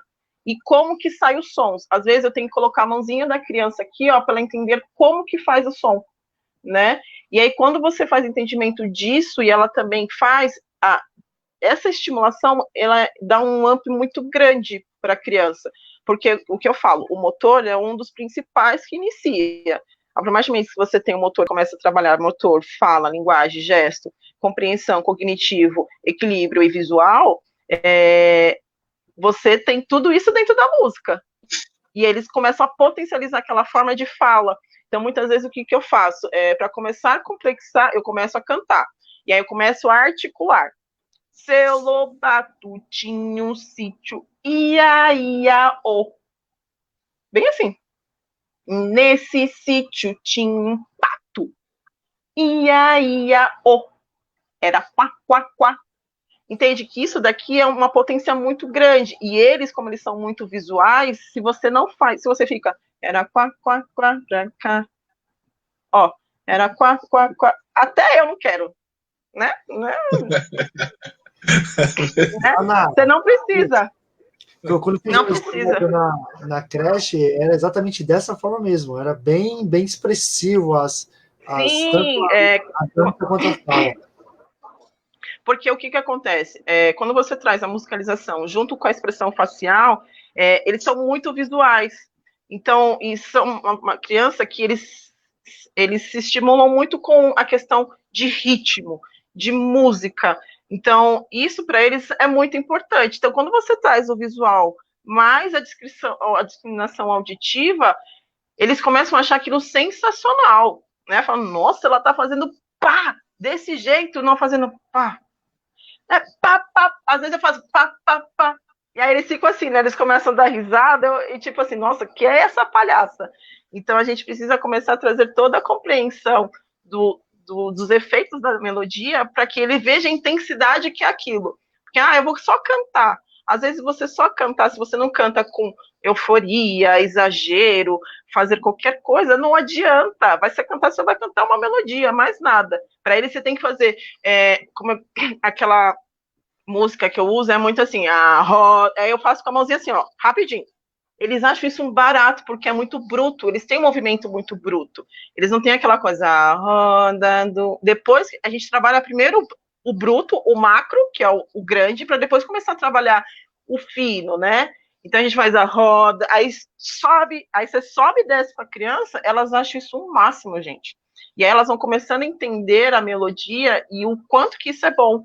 E aí você vai trazendo automaticamente essa fala, né? Então, muitas vezes o exagero é importante, sim. Não é porque você vai colocar o narizinho de palhaço. Não, eu coloco. Eu confesso que eu coloco os meus narizinhos de palhaço que tem que ter barulho. Que chama atenção também. Sim. Mas trazer essa questão da afeição, do bater, do motor, do pular é importante e muito para essa fala. Muitas vezes você vai só começar selo batutinha e aí vai tentar ver se ela fala alguma coisa. Ou às vezes você vai fazer o quê? Você vai cantar a música inteira por 2 vezes, depois você vai deixar que ela comece a cantar. E aí, é o quê? Fala qualquer som. Ela, selo bate, ela fala, aí você vai completando e dando sentido para aquela música, né? Então não adianta você fazer, eu vou cantar e depois ele começa a imitar. Não, tem que fazer passo por passo dessa música para ter sentido para mim, para ter funcionalidade, né? Para que essa música não me interfira, porque o que acontece? Eles também têm uma hipersensibilidade auditiva muito grande. Então depende do tom de voz que você canta, depende da forma que você canta, vai irritá-los muito. E aí o que vai acontecer? E aí vai começar a chorar, vai querer, aí às vezes vai ficar te olhando. Então tem que tomar cuidado com isso, porque a entonação de voz e tudo isso envolve muito. E a gente tem que tomar cuidado. Boa. Beleza.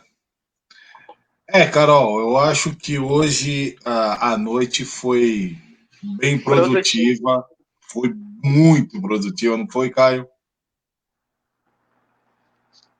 Foi realmente muito boa, né? Até eu faço algumas perguntas pessoais para a gente poder entender melhor, né, os nossos educandos, que nós também temos, né? Nós atendemos essa parte da inclusão. E para a gente, às vezes, é difícil, né? Porque a gente vê a criança naquela situação e você quer ajudar, mas você não sabe como ajudar, o que fazer para ajudar. Uhum. E você explicando para a gente tem agora um caminho, né? Eu nunca, né, iria imaginar que o movimento de fazer seria um momento de se reorganizar. Para mim era algo que ele tinha mania, para mim era uma mania que ele tinha, e não uma organização. Então, quando eu vejo, eu sei que ele está pensando, parando para poder raciocinar. Então, João, é só agradecer, porque, meu Deus do céu, não tenho o que dizer dessa mulher, João. Não entrou barato hoje, graças a Deus, tá? Você tem que chamar aqueles caras ufologistas, aqueles que mexem com ET, sabe? É verdade, João. Aí eles vão entender um pouco a Carol. É de outro mundo. Bom, como é de praxe, vamos mostrar o que a galera tá falando aqui, Carol. Bora lá. Essa aqui eu não sei se você conhece. Minha irmã linda! Parabéns, irmã, pela profissional que você é, gratidão. Por agregar conhecimento. Graças a ela, hoje a gente está aqui. Gratidão, amo você. Boa, deixa eu ver aqui. Deixa eu puxar lá do começo, que no começo também foi legal. Vamos lá. Deixa eu pegar. João, aqui você faz um adendo aí, né? Hoje a nossa educadora Rose, né? Acho que ela não está aqui presente hoje, mas lembra que nós conversamos sobre a estrela da paz lá, que nós ganhamos? E ela também teve trabalho nisso, né? Foi ela que confeccionou todas as estrelas, só fazendo esse adendo, né? E para poder mostrar que também existiu o trabalho dela nesse trabalho aí.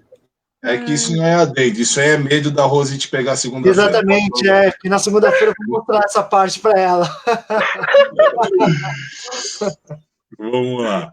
Aqui, Luciana, Carol, linda. Ah, Lu, gratidão, saudade. Linda, minha motivadora. Linda. Cadê aqui? Gratidão, Lu. Essa mulher é fera. Boa, mas tem uma aqui que estava muito legal aqui. Ótimo, ó, quer ver? Ótima explicação. Ah, minha tia. Boa. Parceira. Deixa eu ver aqui outra. Como é bom ter profissionais maravilhosos como a K. O desenvolvimento é nítido e são as mínimas coisas que têm o Ai, maior valor. gente, a Fabi, ela me ajuda tanto como mãe e como amiga também, parceira.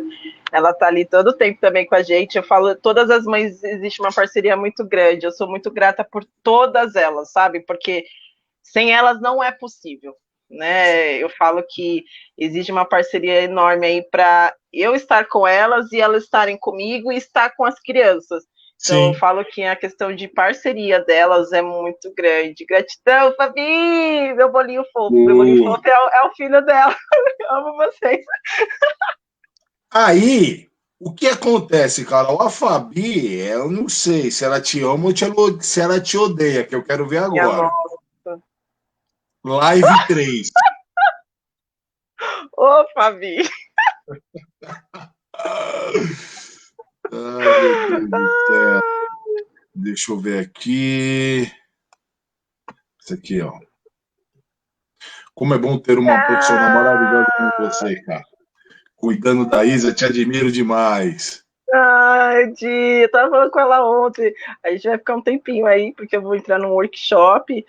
Nossa, gente, eu falo que eu não tenho o que falar das minhas mães. São todas minhas parceiríssimas de verdade. Sem elas, não. Eu sou muito assim para falar das minhas mães, porque eu falo, eu não tenho mães que falam, nossa, que mãe. Né? E mesmo que tenha, a gente sempre conversa um pouquinho ali, conversa um pouquinho ali, a linha aqui, a linha ali, e elas sempre tentam fazer entendimento, sabe? Elas se permitem estar atenta porque eu posso ajudar e o que eu não posso ajudar, ou o que elas podem fazer. Então eu falo que isso é importante, é ter paciência, e coisa que hoje elas estão tendo bastante, depois de todo um furacão que eu sei que já vivenciaram aí, é ter essa paciência, né? Ah, obrigada, Di, obrigada de verdade. Isa, E a Fabi, ela fala um negócio bem bacana em cima disso que você falou, né? Vai ficando mais leve ao ver o desenvolvimento e a alegria da criança, porque enche o coração em ver eles apenas sendo crianças. Criança, exatamente. Muito bacana. Olha aqui, eu não sei. Hoje é a Fabi, viu, Caio? A Fabi é estagiária também? Não, ela é mãe do meu paciente. Eu sei. Eu acho que ela vai pedir um desconto, então.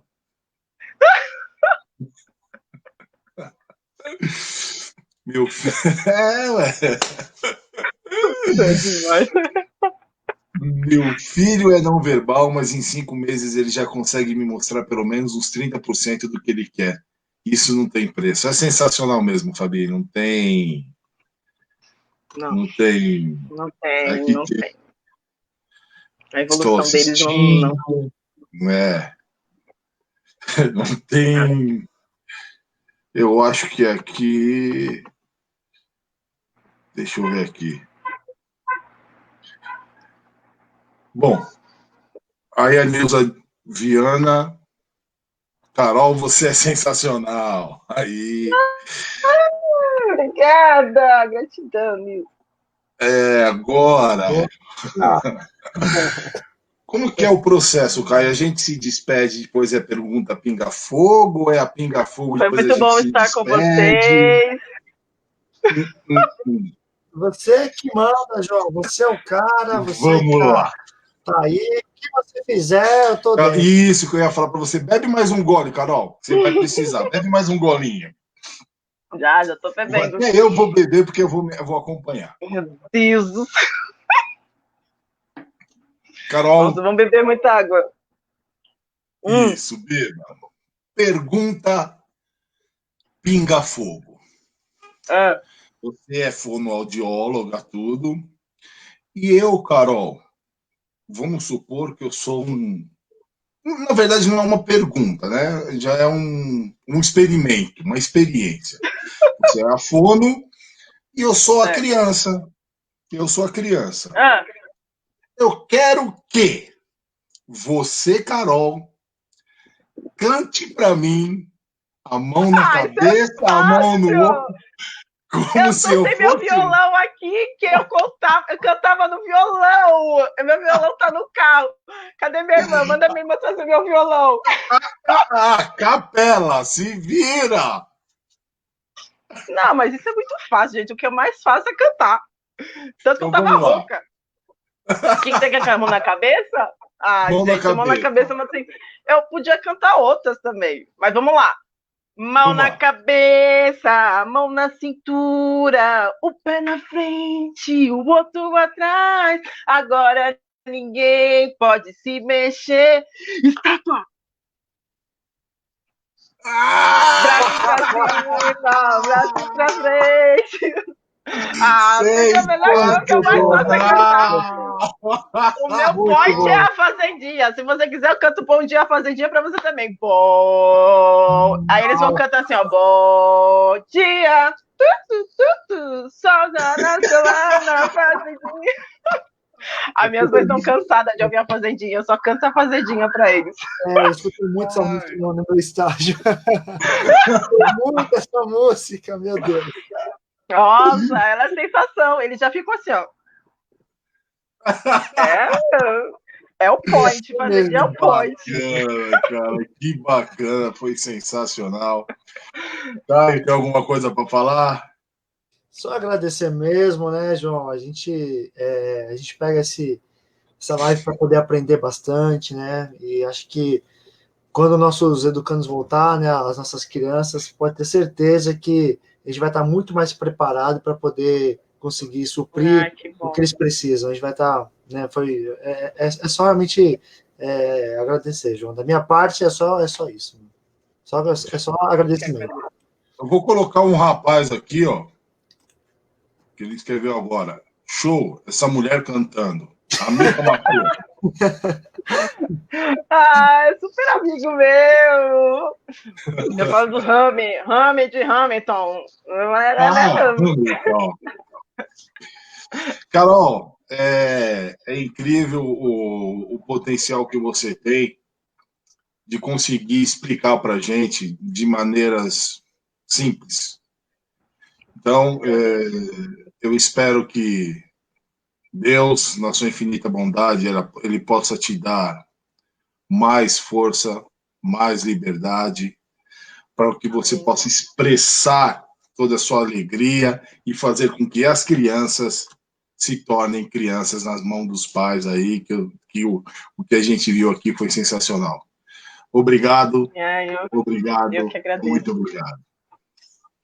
Eu que agradeço imensamente por estar aqui, poder passar um pouquinho que seja de uma forma clara, porque eu falo, não adianta eu falar em todos os termos técnicos que eu posso até falar, só que não vai ter entendimento de todo mundo que precisa ter. Eu falo que, por trabalhar com comunicação, a gente tem que entender a comunicação não somente a nossa, mas de todos. E então eu sou muito grata por poder ajudar o mínimo que seja e multiplicar isso. Porque eu falo, a minha meta que eu falei lá no começo da primeira live, que a Elika me perguntou o que eu quero ser daqui 10 anos. Sim, estar multiplicando, estar conversando com essas mães, estar alinhando com os meus pacientes, sabe? E isso é uma meta que eu tenho. Não tem como.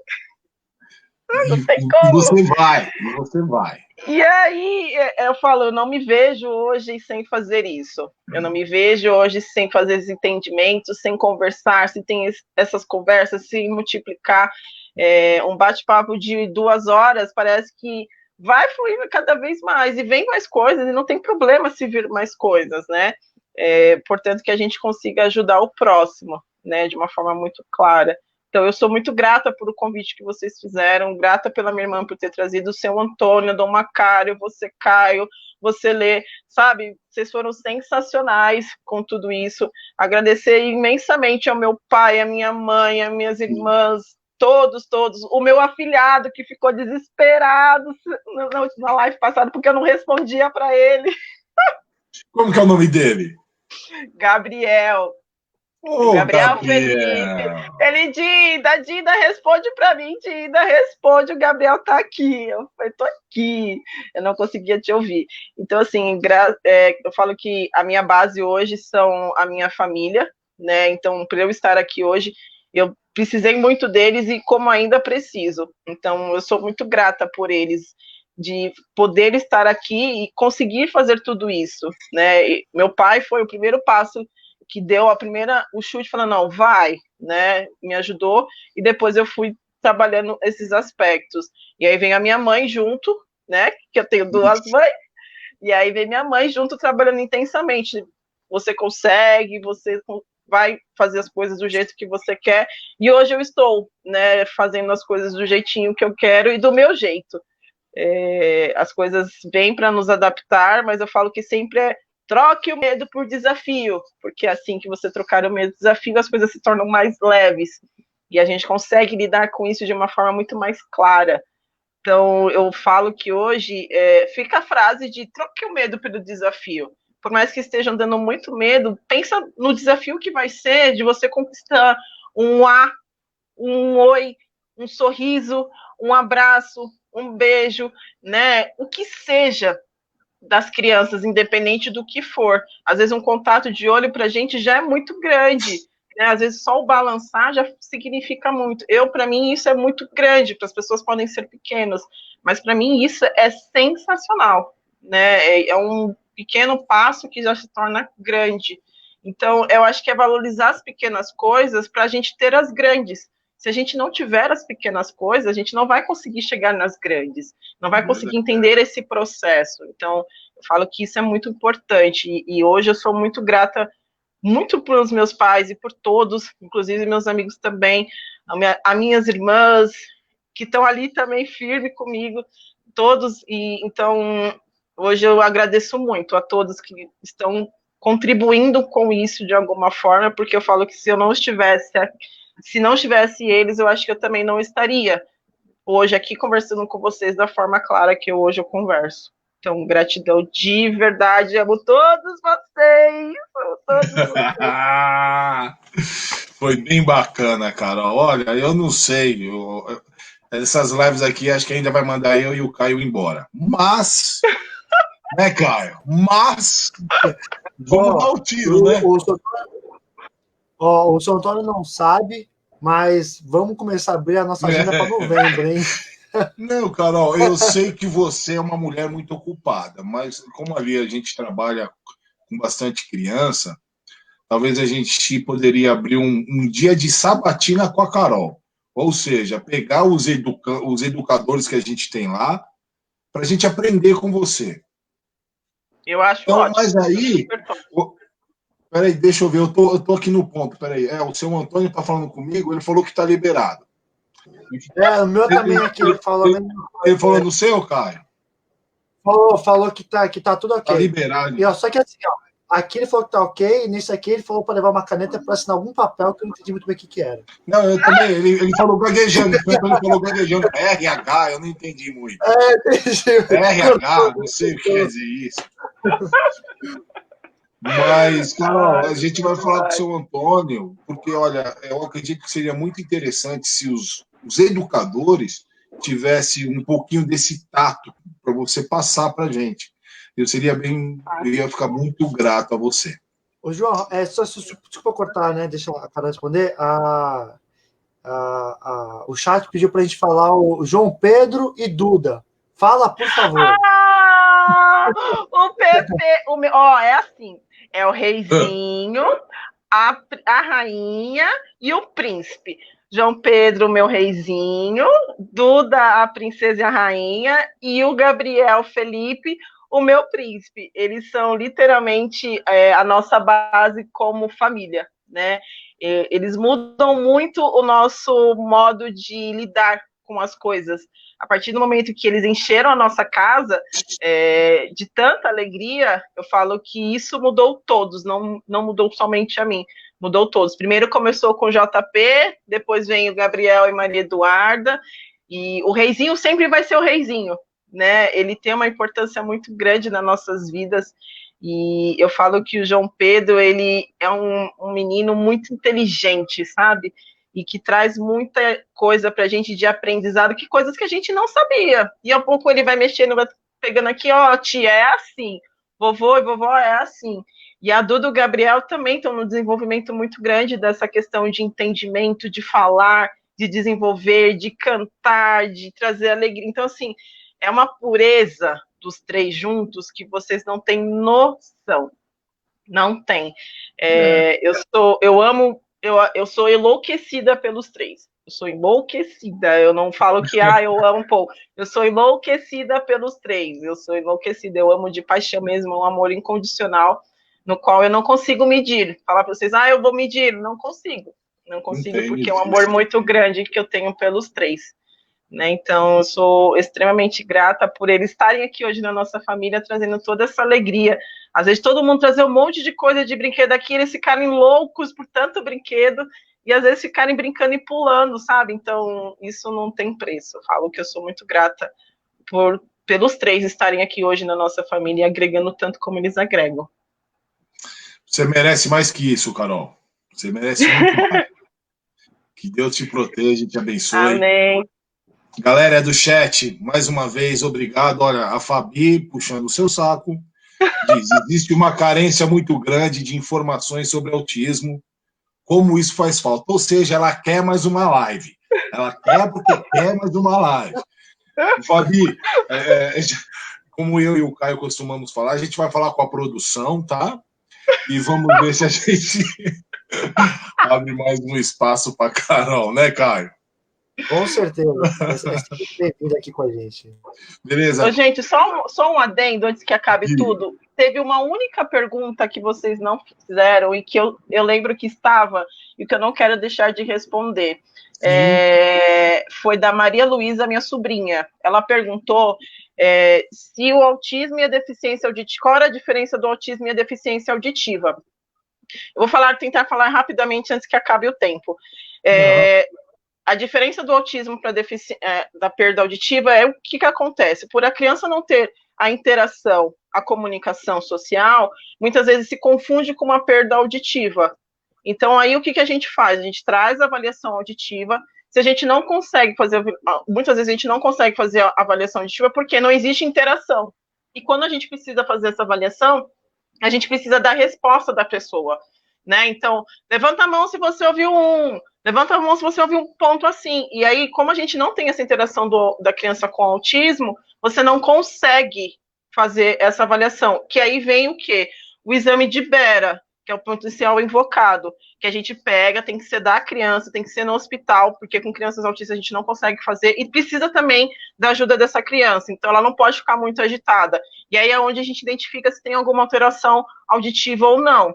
Caso tudo isso esteja meio que diagnosticado, falado que não tem nenhuma alteração, a gente traz para perda auditiva mesmo, tá? Então, basicamente é isso, para tentar responder, porque eu achei essa pergunta muito importante, porque muitas vezes os pais falam assim, ele não está ouvindo, eu acho que muitas confundem com a perda auditiva, mas se você fazer qualquer tipo de barulho que interessa a ele vai ouvir. Muita gente a gente vê por quê? Pelo contato de olho, movimento da pálpebra, né, expressão facial, às vezes o motor. Então, tudo isso indica quando a criança ouve e quando ela não ouve.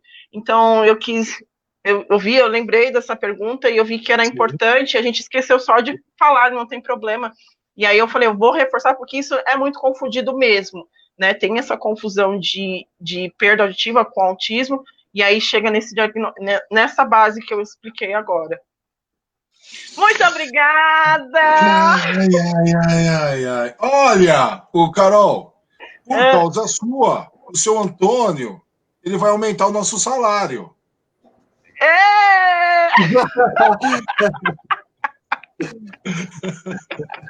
É brincadeira.